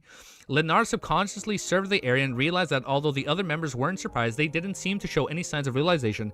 Hence, he believed that their knowledge of Klein was only at the utmost surface. Under Klein's control, the world German Sparrow chuckled and answered, amidst Chesim's information, there's no need to bother about such matters. To him, to figure out the fake identity of German Sparrow was given. One had to first capture Queen Mystic Bernadette, or one had to obtain news of Sharon from her. Clearly, the level of difficulty made it nearly impossible. Russian dolls? So far, no. Kyle? So far, no. What did he ask? Does Emlyn ever figure out Sherlock and German's the same person? Oh, he's so dumb. Is he not figured? He hasn't figured it out. And he's all high and mighty. I didn't even catch that. Okay, that's so fucking funny. In comparison, if they did the same as Leonard, starting off from the events in which Detective Sherlock what the hell did I say? Starting off from the events in which Detective Sherlock Moriarty was involved in, there was a chance of them figuring out more. However, since MI9 had chosen the wrong direction, Klein was happy to see them take the futile route. Mr. Rold is unperturbed and very confident. She retracted her gaze and didn't continue. At this moment, Audrey deliberated and asked, Mr. Rold, will you be returning to Backland in the future? Will you still use the identity of Dwayne Tontas? As a qualified psychiatrist, she obviously wasn't going to inform informed the mental problem of the world to the other members of the Terror Club. She only wanted to confirm if he would still return to the Lowen Charity Bureaucracy Foundation. That way she could be in closer contact to him in the real world, allowing her for a better checkup. She didn't conceal the matter about Dwayne Tonta since the original members already knew of it. As for Mr. Star, he was already clearly familiar with Mr. World. As for Shio, she had forced to inform her ahead of time. Upon hearing Miss Justice's words, Leonard nearly couldn't believe his ears as he felt a little confused. Klein Moretti is equivalent. Oh, wait. He didn't know that. He said technically they're different. He's like, wait, Klein, what the fuck, dude? You lied to me. Klein Moretti is equivalent to Dwayne Dantas. I've once asked Dwayne Dantas to his face about Klein Moretti. No, it's impossible. Dwayne Dantas is an undying creature who has lived since the 4th epoch. The way he acted is sufficient proof. Old man said the same too. At that moment, Leonard was unable to control his tumultuous emotions. He instinctively rejected the fact that Miss Justice had conveyed. If that had appeared here was his astral projection, he felt that his expressions would be rather obvious, oscillating between red and white. I feel like Audrey's going to pick that up. Opposite Leonard, Shield looked up as well, looking at Mr. World with puzzlement. He's Dwayne Dantas. Dwayne Dantas is German Sparrow. She's like, oh no, I made fun of his bladder. I even accepted his butler's mission. I even protected him before. I even pitied him. Oh shit. He can squash me to death with one hand. Oh, that's so funny, dude. Shield then turned her head and glared at Force like, yo, the fuck, bro? You didn't tell me? I don't dare to say too much about Mr. World. I could only briefly mention it a little before. This is a funny ass meeting. Force turns her eyes, and the thing I love so much about the series is when characters' worlds like overlap, and they start interacting with each other outside of the Terror Club. I find that so fun and interesting, dude. And it's definitely funny right here. Force turned her eyes away in guilt as she mumbled silently. Alder and Ketlia figured out something from the duo's reaction. Miss Magician and Miss Judgment knew each other. Fuck, dude. Now they figured this part out. Miss Magician and Miss Judgment knew each other in the real world. Miss Judgment had once interacted with Dwayne Dantas before, but she didn't know that he was German Sparrow. As a senior spectator, Audrey noticed the abnormalities of the Star and Judgment without a doubt. Immediately, she understood that she had made too many assumptions. Audrey, you need to reflect on this, she said to herself in embarrassment, and attempted to make up for it before Mr. World spoke. Remember that Force won't mention much about Mr. World. That's true. She kept that to herself. Dwayne Dantas is a public identity. At times it will be Mr. World, and at times it would be the other bless of Mr. Fool. So that's how it is. Makes sense. Leonard's mind stirred as he instantly accepted Miss Justice's explanation and figured out many different matters. The Dwayne Dantas that appeared during the period before the breaching of St. Samuel Cathedral, Shannon's Gate, was likely Klein. The period before and after that was the other bless of Mr. Fool, that deaf console. Indeed, he's an undying creature who lived since the 4th epoch, old man's old friend. Yes, it might be other bless I'm not aware of, but their levels definitely aren't too low. Oh, other bless. Does that mean Klein is also considered... Oh, okay, so he figured it out right here. Does that mean that Klein is also considered Mr. Fool's blessed? Yes. It's no wonder Mr. Fool said that he comes here and participates in the gathering, but the experiences are different from mine. It's because he's a blessed and enjoys the benediction of Mr. Fool, so he also has the ancient aura. It's why old man doesn't realize that Dwayne Dantas is played by different people. He's so close to the truth, dude. Oh man, but to Judgment, like, he's glazing everybody, but he's just not glazing Klein enough. You know, he's not glazing him enough like how Alger glazes the Fool. If he glazes him even more, he probably would have like, wait a second. No, that doesn't make sense. But to Judgment, Shield, Dwayne Dantas being public identity or him being German Sparrow was not her concern. The reason why she overreacted was because after realizing the truth, she felt embarrassed at all her various thoughts back then. Seeing the atmosphere return to normal, Klein heaved a sigh of relief and oh, that's what's called the fool's... Was it the fool sigh? He's like, ah. Klein heaved a sigh of relief inwardly and controlled the world German Sparrow to answer Miss Justice's question. Yes. That's all he said. Yes. And yet so far away. Yet so far away, dude. When the time comes, there might be certain matters that need all of your help. All of your help. When he finished the second half of his sentence, the world swept his gaze across Justice, Magician, Judgment, the Star, and the Moon. He has plans for something in Backland. Audrey instantly understood Mr. World was getting at. She momentarily felt excited, but also felt a little worried. She was excited because she was about to participate in a secret operation that all the participants didn't seem to have any ties with, to the point of not even knowing each other. This was something she had always looked forward to. Her worry stemmed from whether the operation would have any threat to Backland safety or if it would bring harm to the innocent. As for the day... man, my legs are so sore, man. I'm so sore from leg day. As for the danger to herself, she wasn't worried. She believed that Mr. World would arrange for the mission to be held in the outskirts of the city, provide key information, or cause any serious misdirection of the target without needing her direct participation or fighting. Emlyn was the second person to read between the lines, and this was the result of his innate aversion towards troublesome matters. Will it be troublesome? He thought with a frown without saying a word. While the other members came to realization, Alger took a deep breath and took out the World Germansboro and said, I recently received news that the traitor of the Church of the Aeronite, Archbishop Insingwell, was killed in West Balham.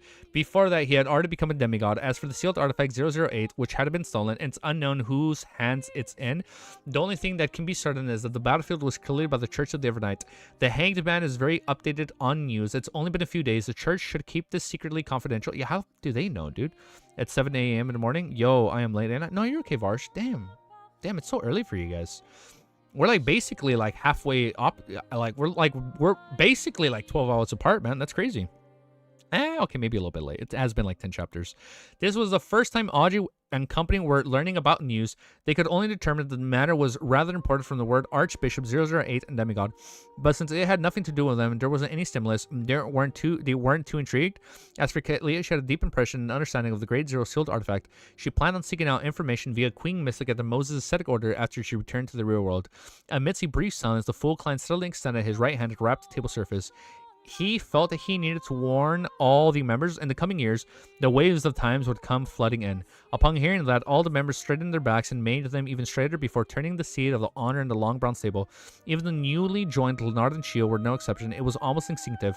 Let me lower the volume down just a bit. It's a little bit loud again. It was almost instinctive. They heard the profound and lofty figure chuckle to Mr. Greyfog.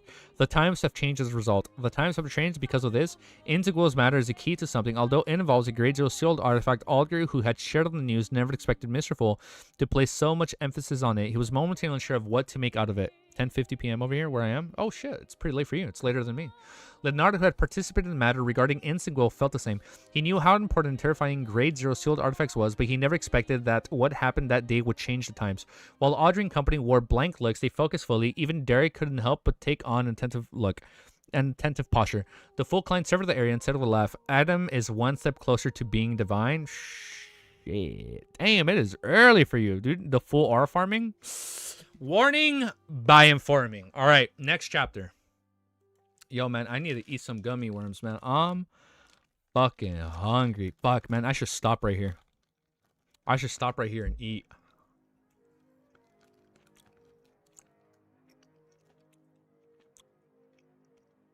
Give me a sec. I need to eat a little bit so I can, like, not get too dizzy.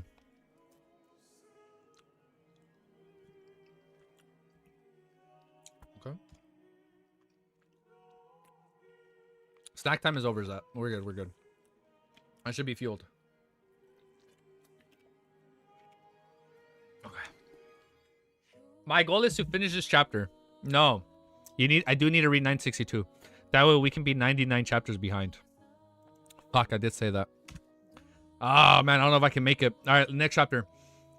Oh, I almost forgot my timestamp. Almost fucked up. 2 hours. 27 minutes.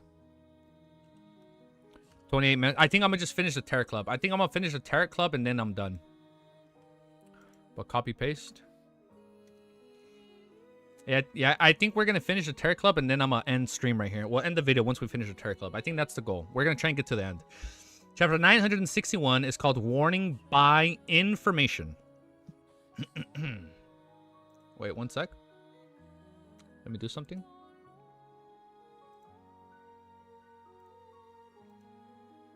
There you go. Let's just update that. Adam is one step closer to being divine. And thank you guys. We're almost at 3,600 subs. Dude, holy shit. If you haven't already subscribed, you need to eat more. I know. We're going to eat right now. I have some rice and chicken already pre-cooked. I mean, not pre-cooked. I already have like meal prepped food. So we're just going to reheat it right now once we're done. Adam is one step closer to being divine. Such a simple sentence instantly sent tumultuous waves throughout every member of the Terror Club. Other than Lard, the other members, including Shio, who had been briefed of the important points by the magician, immediately recalled the information regarding Adam. Ancient sun god City of Silver's creators, brothers of blasphemer Amun, suspected to be one of the kings of angels and the mythical figure who had existed before the cataclysm had become active in the real world once again, and he was one step closer to being divine. This, to make Mr. Fullsight, it means that Adam is probably just one step short of reaching the divine throne, Sequence Zero. There's a chance that he might take that step at any moment. Ollie subconsciously came to a conclusion as he hurriedly clasped his hands and couldn't help but have thoughts run through his mind. A Sequence Zero true god is about to be born. There are still births of true gods in the fifth epoch. This will be the first true god since true god this epoch. We'll just wait till Klein hits Sequence Zero. That's gonna be badass. With deities no longer able to descend upon the real world, it's unbelievable that a Sequence Zero would still appear. Olger always found himself ambitious, with him now setting his sights on Sequence 2 to become an angel. But after hearing about Adam, he still found it unacceptable. One had to know that the last one to become a Sequence Zero true god was the former god of craftsmanship, the present god of seamless machinery, and that happened to be in the late fourth epoch. Yeah, it's been 1,400 years. Since the fifth epoch, over 1,300 years, there hadn't been any new existences reaching the divine throne. What do you think deities can't descend anymore, by the way? Wiz got a whole theory on it. Well, I mean, what we heard at the end of Volume 4, that Amon would be the trigger for, like, Evernight to descend, or for, like, a god to descend. I feel like there has to be such, like, a grand... It's, okay, I'm not talking about the Abyss, right? Hold up. But, like, maybe if you have a Sequence 1 Beyonder, use mysticism or whatever, they can form a bridge between the real world and the world where they reside for them to descend. That's probably it. Like, they probably need to form, like, a link or a bridge. Like, they probably can't descend willingly.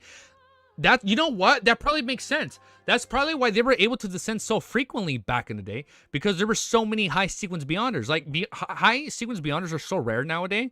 So back in the day, when there were so many high sequence beyonders, like at Sequence 1, Demigod, and like an Avatar.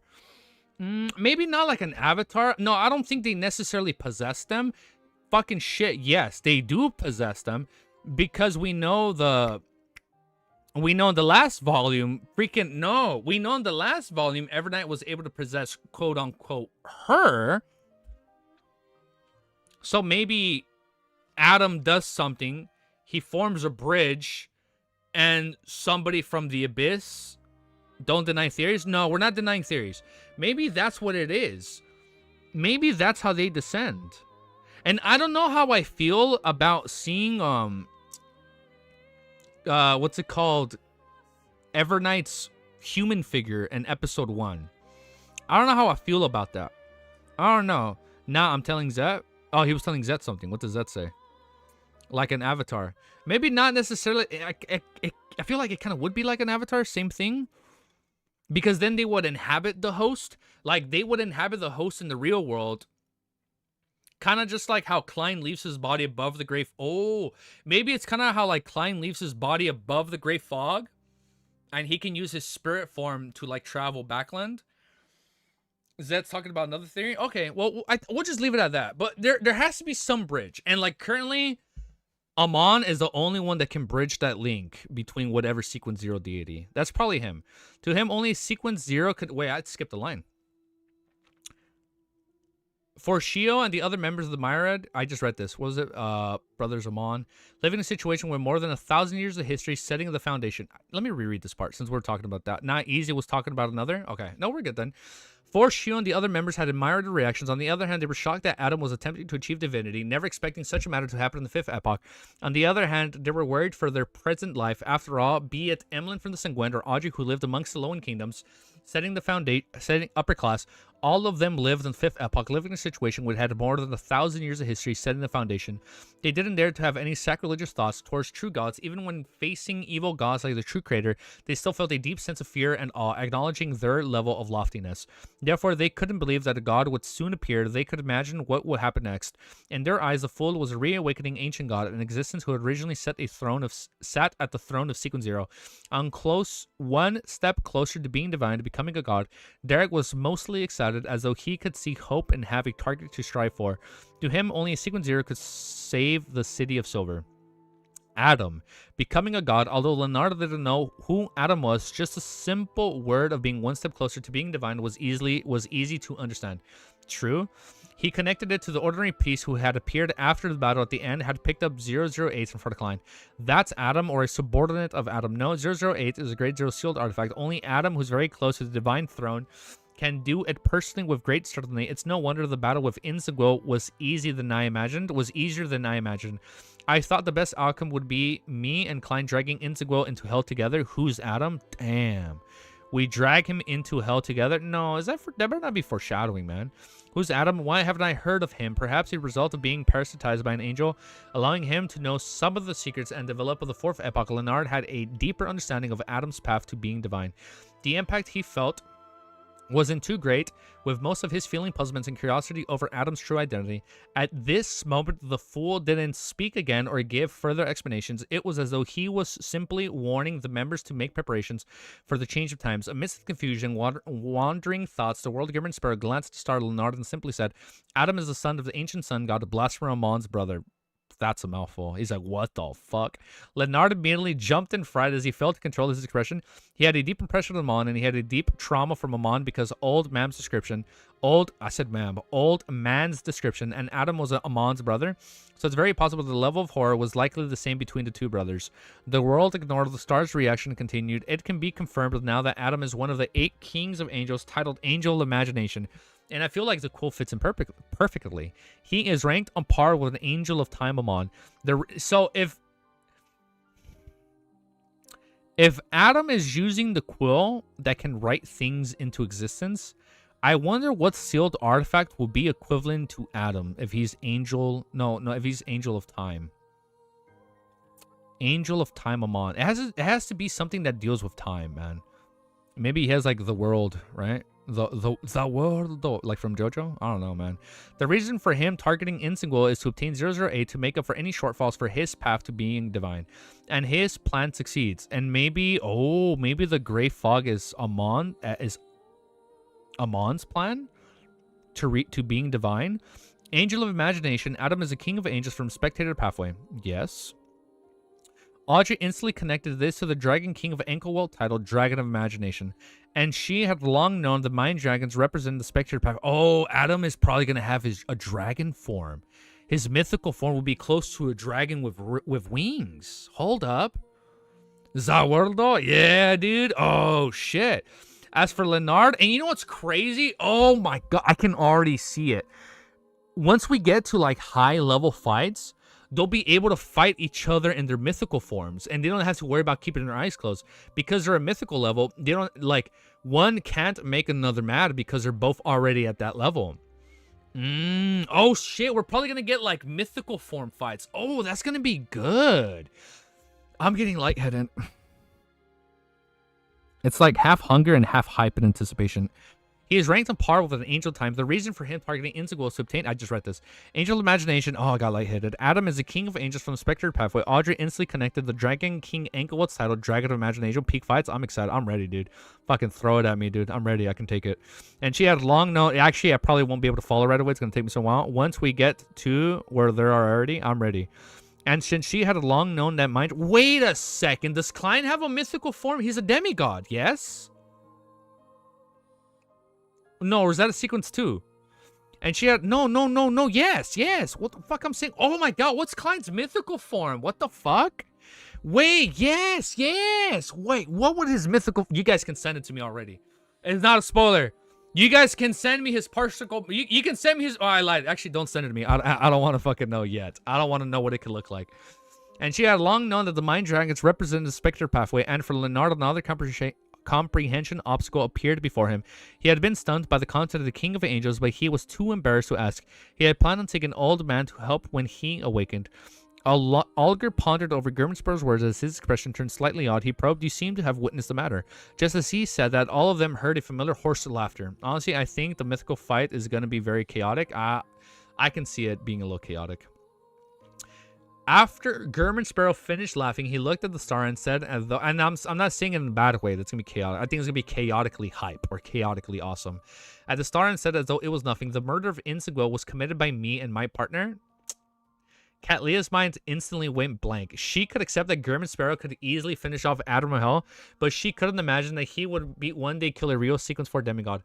Cat Leah quickly calmed down because with a King of Angels involved in the battle, it's possible that a Sequence 5 could kill off a heavily injured demigod due to the various coincidences. Furthermore, he had a partner.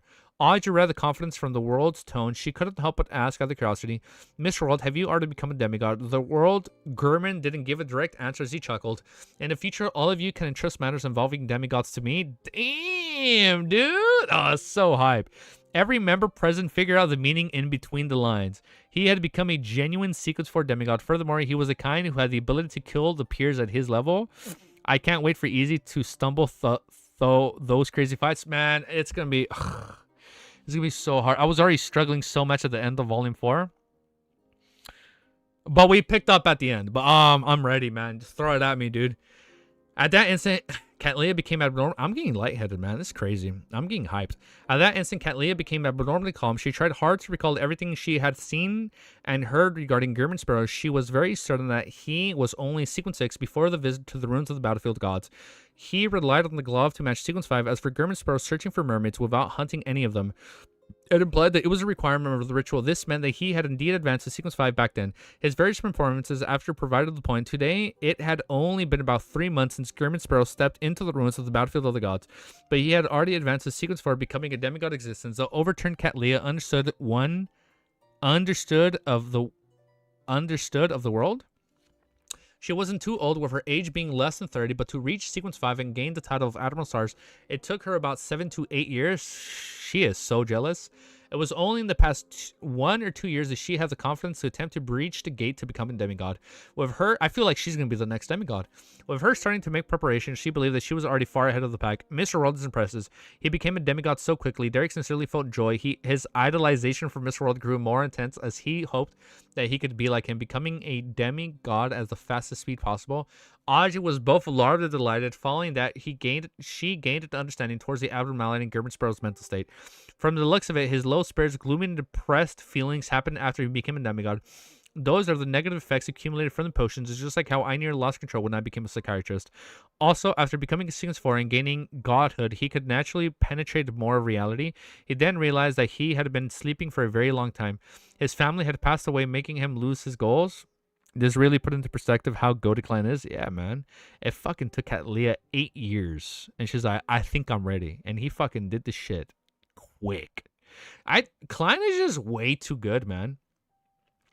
Klein literally makes this shit look easy when you think about it. Like, I know it hasn't been easy. It's been a hard journey. But he kind of makes it look easy also at the same time. It's like a double set of cone, man. It's hard, but he also makes it look easy because he's so smart. His family had to pass away, making him lose his goals. How pitiful. With his... I feel weird every time Audrey says that. How pitiful. Like, she views people very pitifully. How pitiful. With his warm nature, he must have had deep feelings for his family and friends. However, I'm so envious as being Mr. Fool's blessed make one advance so quickly. I also wish to become a demigod early. Mr. Fool mentioned that the times have changed. As a result, it leaves me fretting. While Emily and the other members were still in shock, Olger, who also shared the same feelings and felt deep envy and jealousy towards German Sparrow, had other thoughts. As for Mr. Fool's blessed, German Sparrow embroilment with the King of Angels in 008 matter clearly isn't an accident. On the contrary, it might be more reasonable that it's a mutual plan between Angel Imagination, Adam, and Mr. Fool. That would explain it? No shot. It's not easy, but he makes it look easy. Yes. He is him. Yes. Because Klein, he is getting closer to he is making it look easy. True. Two mythical figures that existed before the cataclysm. One is awakening, the other is making an advancement. The two secretly coming together. Amidst his thoughts, Olger had another idea. Since Adam had attained 008 and opened the door to the divine throne, what about Mr. Fool? What benefit did he get in this matter? Subconsciously, Olger turned his body slightly and bowed his head to look at the seat of honor. He didn't dare look directly, and he could only look through the corner of his eyes. I wonder, man, what is gonna happen? Give me a sec. As a demigod, he is half he. Yeah, he is at high. He is at capital high. He's one step closer to obtaining the M. You know? He's almost there. All right, give me like 2 minutes. Let me just unlighthead myself. I'm so lightheaded. That made no sense. Let me just make sure I get unlightheaded. I'm a little lightheaded. Let me step out for like 2 minutes, and we're gonna read our last chapter. Oh, my hands are getting numb. He or he? Oh, my hands are like numb. Oh, I'm feeling a little weird. Let me just step outside. H/E. He's almost there. He's almost at he. Give me a sec. Let me just step out for like 2-3 minutes. I'll be right back. Let me kind of just walk around because I feel a little lightheaded.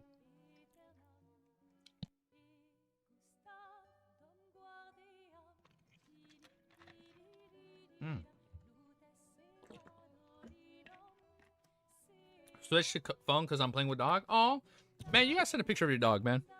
Hell yeah, I want to see if everybody has pictures of dogs. You guys gotta share your dogs. If you guys have dog or cats, I mean, Ellie is cuter from my perspective. I'm so sorry, that's so mean. I know, I'm joking. Here, let me just step outside for 2 minutes. I'll be right back. What's blessing my ears? Lumiere from Expedition 33 Varsh. Play the game. Highly recommend. 10 out of 10. Game of the year. Oh. Baldur's Gate 3 and Expedition 3? What the heck? Baldur's Gate 3 and Expedition 33 are probably the 2 greatest games to come out this decade. There's probably more that I haven't played. New Discord channel, Pet Picks. You know what? That's a damn good idea. I will make that happen, Bullseye. Yes, I'm going to do that. That's a good idea. Let me step outside for like 2 minutes.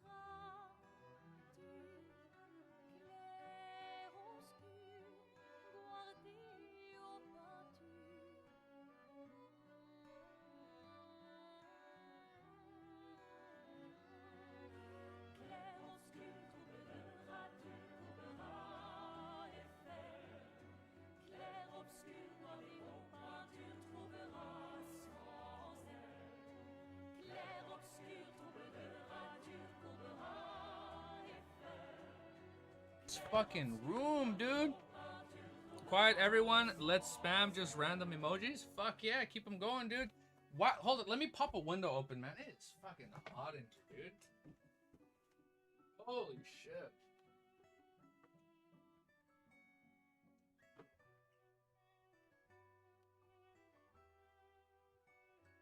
Oh man. I stepped outside and the second I open my door, I get hit with like a wave of cool fresh air. Cause man, this shit like, oh my man, the PC it gets hot, bro. I need to clean my PC. I need to blow out all that dust. That way the PC doesn't have to run so hard. Damn, man. It's fucking hot in this room. Couldn't be here. Is it hot for you guys? Are you eating snacks again? Yes. Okay, look. I made myself a promise that I would only eat snacks on the weekends. Only one day. Saturday, Sunday. I think this is what I'm doing health-wise. So far, I did good. I've gone to the gym 5 days in a row. I didn't go today because I didn't have time. I might just work out here in the room. I have my old weights, so I'm gonna do some Bulgarian squats right here from my bed. Those hurt like a bitch, man. We're getting 30. Bro, I don't know what that is in Fahrenheit. 34°C here, but some places get 40. That sounds hot. I don't know my Celsius from Fahrenheit, but that sounds hot. Oh, you're definitely... Okay, so you're definitely not in America. I know that much, Mick. Okay. Yeah, man, it's fucking hot in this bitch. Holy shit. Yeah, look, I'm doing really good. I'm sticking to my oatmeal for breakfast after I work out. As fuck, too. I have my fan running. You know what's crazy, man? When I'm gaming, sometimes on my PC, my bro will play a little bit on the PC, on the PS5, or I'll have shit downloading, right? And it's just, it gets hot in here. 90 plus? Okay. Damn, that's fucking hot. That's definitely hot. Oh, man. But like, here, quick fitness update. I've been doing good. I've gone to the gym 4 days in a row. I'm a workout right now, so I'm working out in here. Celsius? Fucking the sun, dude. Yeah, I could tell you're an American brother, right? Celsius? What is he? What are you trying to sell us, dude? Look, quick fitness update. 4 days in a row. I'm a workout right now, so I made sure I worked out 5 days. Laggers of me. It says it's good on my end. So I make sure I work out 5 days in a row. I'm only going to eat snacks on the weekends, but because I had a little date with the missus, I didn't eat these today. So I was like, I'll eat them right now. So my Monday mornings, it's overnight oats. I prepped all my overnight oats on Sunday. I have 5 days worth of overnight oats in the freezer with so much good shit that pack in protein, fibers, and carbs. It is top notch, okay? And then for lunch, before I go live, the plan is to just eat my pre-made rice and chicken with veggies. And then at night, now my problem is at nighttime, I need to find like a low-calorie meal, and then I'll be good. Bro, I've been working out 40 minutes, 1 hour every day for months, and I'm stuck at my current weight. You know what's the hard part, Cammy? The hard part is the diet. I'm not gonna lie, I used to be pretty fat. I was pretty round, bro. I've lost a lot of weight, but because I've been too happy with my girl, I've gained a lot more weight. I think if you go back to our very first LOTM video, I was a lot skinnier. If you go back to some of my oldest videos on the channel that I have public that show my face, I think you're gonna tell I looked a lot skinnier. I've gained weight, but I'm nowhere near what I used to be. I used to be over like 200 pounds. It was pretty bad. I don't know what that is in your guys' measurements, but we go by pounds. I don't know what that is in kilos, 200 pounds to kilos, but I was pretty fat. I was a pretty chunky chunk dude. But yeah, man, the hard part is starving yourself. Getting ready for dad bod? Fuck no, man. Hell no. But Cammy, look, this is what I did. I worked out every day for an hour, and I only ate twice a day. I made a mean-o-ass bagel with egg. This is what I did. Let me tell you what I did, Cammy. I hit the gym, right? I'd be done with the gym before 6 in the morning. I have my breakfast by like 6 in the morning. Now, I had my breakfast by like 7 a.m., right? After I get ready. I'd have a bagel with 1 and 2 eggs, depending on how hungry I am. With like a little bit of consistency. It's like, yeah, it is, man. It's hard, man. Like, once you fall off, it's hard to bounce. It's hard to relapse. I lost what I was saying. I ate twice a day too, with little snacks of fruits, sugars, and water after workout. Now, this is what I did. When I lost a lot of weight, I dropped like 30 pounds. I did 0 snacks, 0 drinks. I ate the same meal, bro, for like over a year. It was a bagel, eggs, ham, cream cheese. Yes, cream cheese. That's all I had for breakfast. And I would not eat anything until like before like the normal stream time. Like, you know, when I stream, I would eat before I stream. And I would just have rice and chicken. And that's all I ate all day. 0 snacks, 0 drinks. And on the weekends, I'd only drink like lemonade. Like if I go out, I'd ask for like a lemonade. Just a little bit of sugar. And that's it. And then I'd have my coffee. I try and space out my coffee from breakfast to lunch because coffee keeps me full.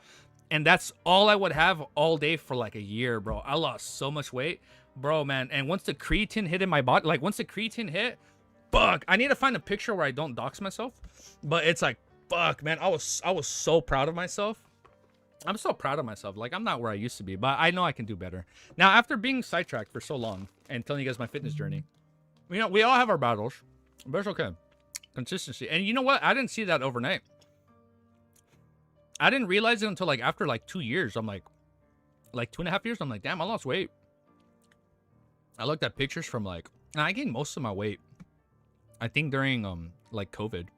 I'm like, man, this shit sucks. All right, let's read one more chapter. So I'm 99 behind Wiz. I'm sorry I stalled for so long.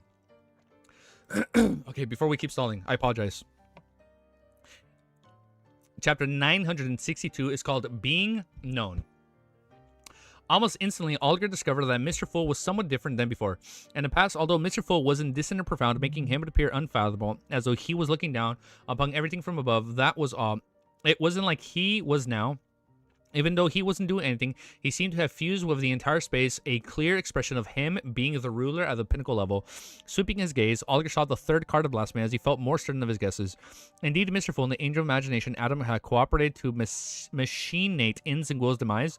One of them attained 008, making him take one step closer to being a god, while the other attained the various benefits in the card of blasphemy and regained a substantial amount of his strength.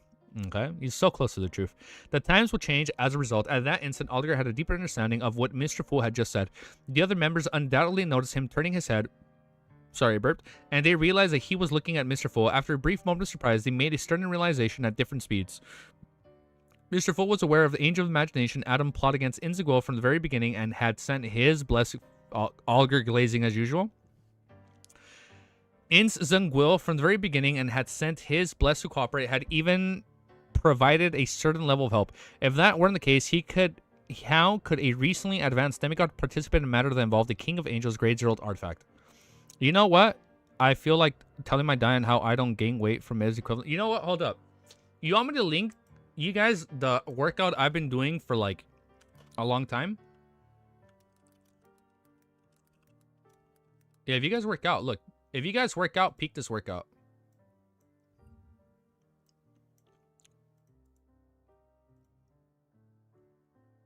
If you guys work out, I know Cammy also said he works out. Look, peek this workout. I've been following this bitch for a long time. But, you know, I do equivalents, right? Like, at first I did dumbbells, but eventually I got into using, like, the cable machines. They think Klein and Adam are working together. Fucking Olger, man. He's glazing as usual. Oh, wait. Should we spam? I don't know if links are okay being on screen.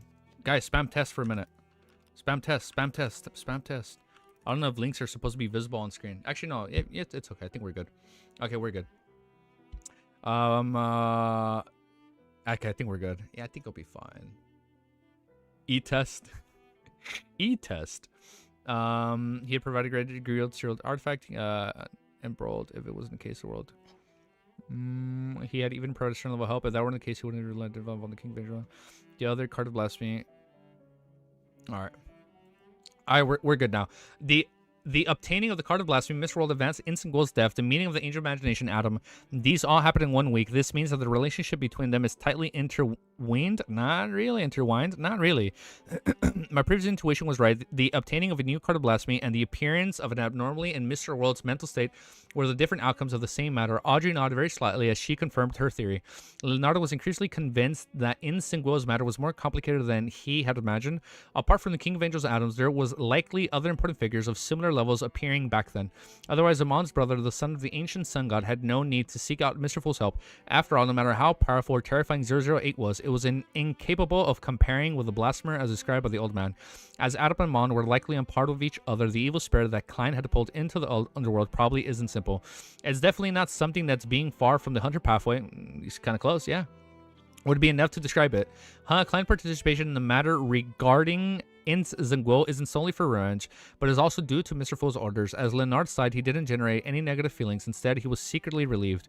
From his point of view, this was a very ordinary situation. Mr. Fool's agreement is conveying such a gathering to establish a corresponding organization while hosting it as a deity was definitely not because he solely wishes to make the area more lively or being done out of goodwill. He definitely has his goals and he needs that. Too many he's and his.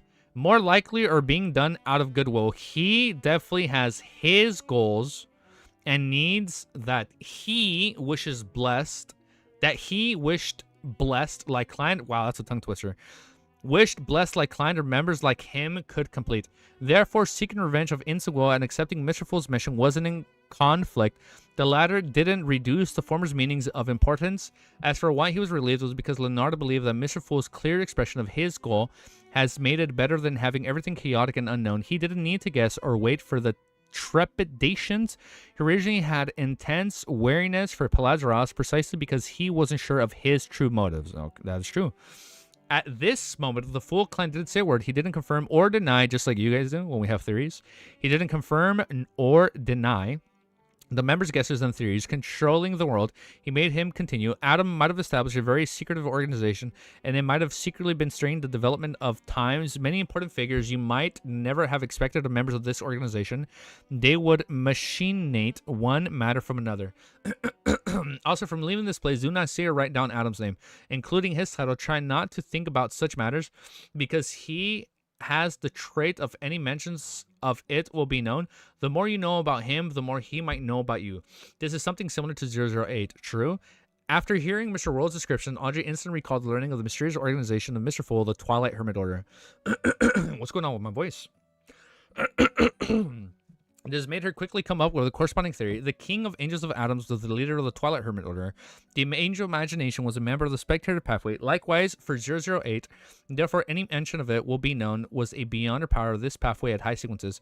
Likewise, the more you know of it, the more it knows of you. Impressive, but this won't be rather noisy. Audrey momentarily looked forward to it with envy while also feeling worried and puzzled.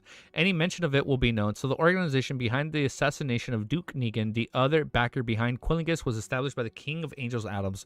Audrey was first somewhat enlightened before his expression fell. He began to suspect that the primitive island that had previously explored was related to the secret organization.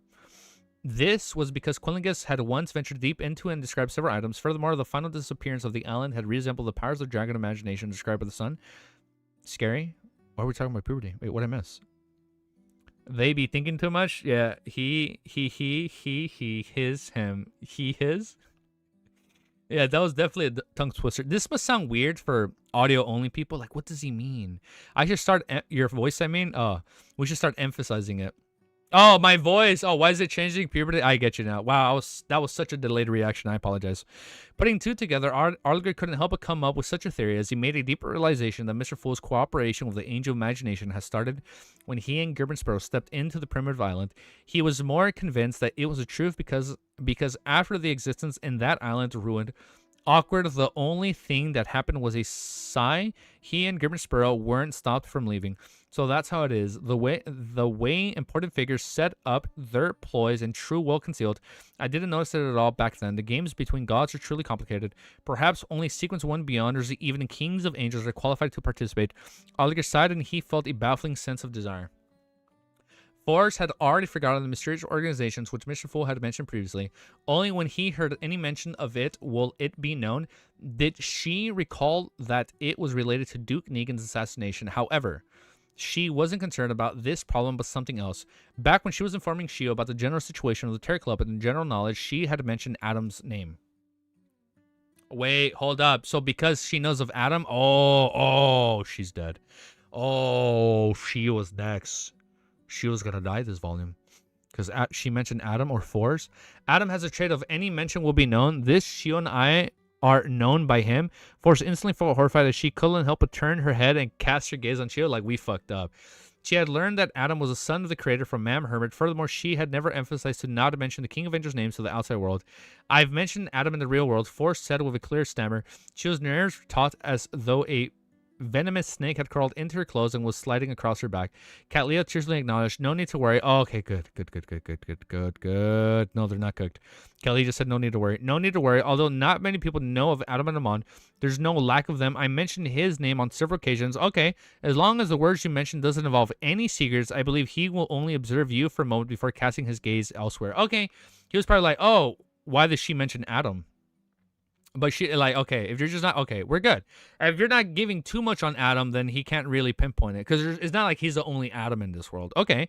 She was rather certain when saying that because in the Moses Ascetic order they had been pursuing by knowledge, Adam's existence wasn't secret. Yes, people often mention him. At this moment, her mind was filled with another matter. Could it be that the secret ancient organization that Emperor Rizzo joined was the one the King of Angels Adam established? Oh, now they're connecting the thoughts.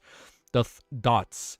Forge hurriedly tried recalling and said somewhat hesitantly, there was mentions involving the forsaken land of gods, the giant king of Kord, Amon, and king of angels, and other knowledge. Would that be a problem? She was very happy, and she never mentioned the word of the Tarot Club or described the other members. At most, she mentioned the gloomiest was German Sparrow. Okay, so we're chill. Katlia thought and said, at your sequence, discussing knowledge at this level is indeed strange. However, if Adam were to delve deeper, he would realize that you're related to the Abraham family. It's quite normal to be aware of this information. Okay, so we're chill. What you need to pay attention to is that any major matters involving the Abraham family will require you to be wary of Adam. How do I be wary of him? Force a helpless smile as she glanced at the seat of honor, like please help me, fool.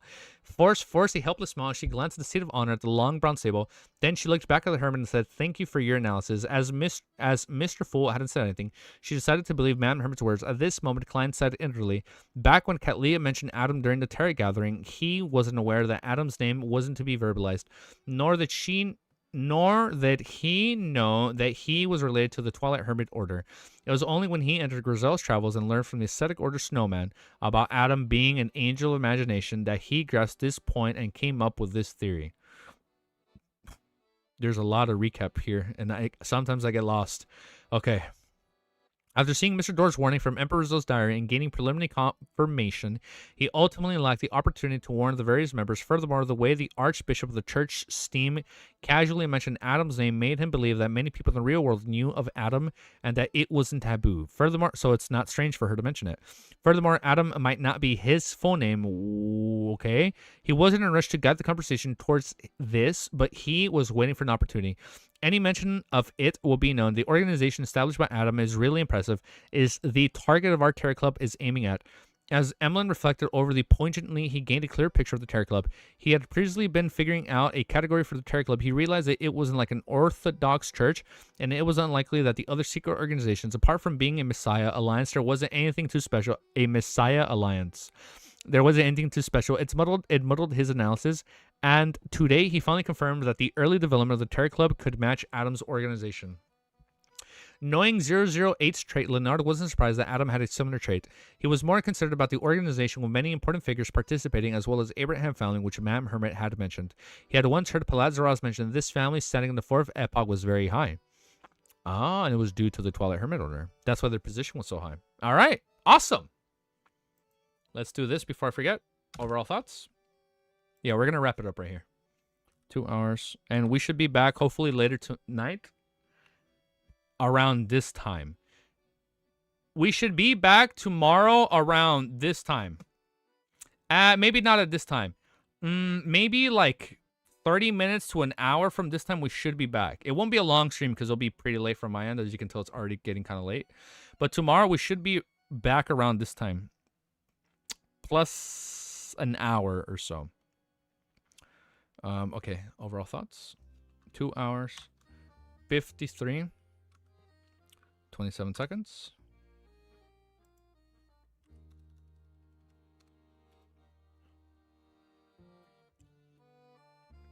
All right, let's do this. Update our timestamps, and we are good, locked and loaded. So next week, oh my god, I apologize, blasphemy, we'll be reading Problem with Intelligence 963. I missed a message, sent. Remember how Force won't talk about German Sparrow, but she is fully willing to talk about Adam? You know what? That's fucking funny. Is that, well, we can't even mention German. Whoa, but you should know about Adam. Oh, that's pretty funny. That is pretty funny. Yeah, you know what? That is pretty funny. Mo, it was because of the ancestors. No. Of the Abraham. Moo? Oh, you guys are talking about. Okay, you guys are talking about Abraham. Mr. Door. Moo, right back at you guys. Okay. Well, you know what? I think this is definitely the best volume introduction yet. I think volume 2, I liked it because it was like the first tonal change, right? Volume 2. Volume 1 for me was very hard to follow because I never read web novels. No, I'm not saying it was hard. It was very hard to me. It was very hard for me getting used to reading like a mysterious story. But you know what? I like it. Oh, and then volume 2, yes, it was good. Volume 3 had my best introduction at that point. Volume 4 stepped it up. But yes, I think volume 5 right now, hands down, is my best introduction yet. We can tell you like it. I know, I fucking love this volume, dude. We finally got the Star and Judgment. Holy shit, man. I'm excited. I'm excited to see how all these Kings of Angels tie in to the bigger piece of the pie. And you know what? Only 10 will tell. So we're going to leave it there. We're going to do short overall thoughts because I am going to go eat now. It's pretty late. I'm kind of hungry. I've just been snacking in between the video. In between the stream. I'm going to go eat now. I'm going to do a little bit of workout right here in the room. We're going to do some crazy bomb Bulgarian squats and work on our calves and thighs. We can't skip leg day. We'll probably go for a little run. Volume 4 is kind of carried by the finale. You know what? I can see how people have that opinion. Volume 4, they kind of take a while with the whole tycoon part. And I'm not saying the whole tycoon part of Volume 4 was funny. It was bad with him as Dwayne Dantes. Because we had a lot of funny moments, right? We had a lot of funny moments and I like that. But I did find it cool. Maybe it was a little bit too long, which I know he did mention in his author notes. But I think overall, it was a damn good volume. It had the best volume ending. And yes, I could see that, how the whole tycoon lifestyle was a little bit too long. But so far, Volume 5 has been a banger. Just like this outro is a banger. Peace. Have a beautiful day. And I will see you guys tomorrow. Not next week. I will see you guys tomorrow. Around this time, plus 30 minutes to an hour. All right. Later, guys.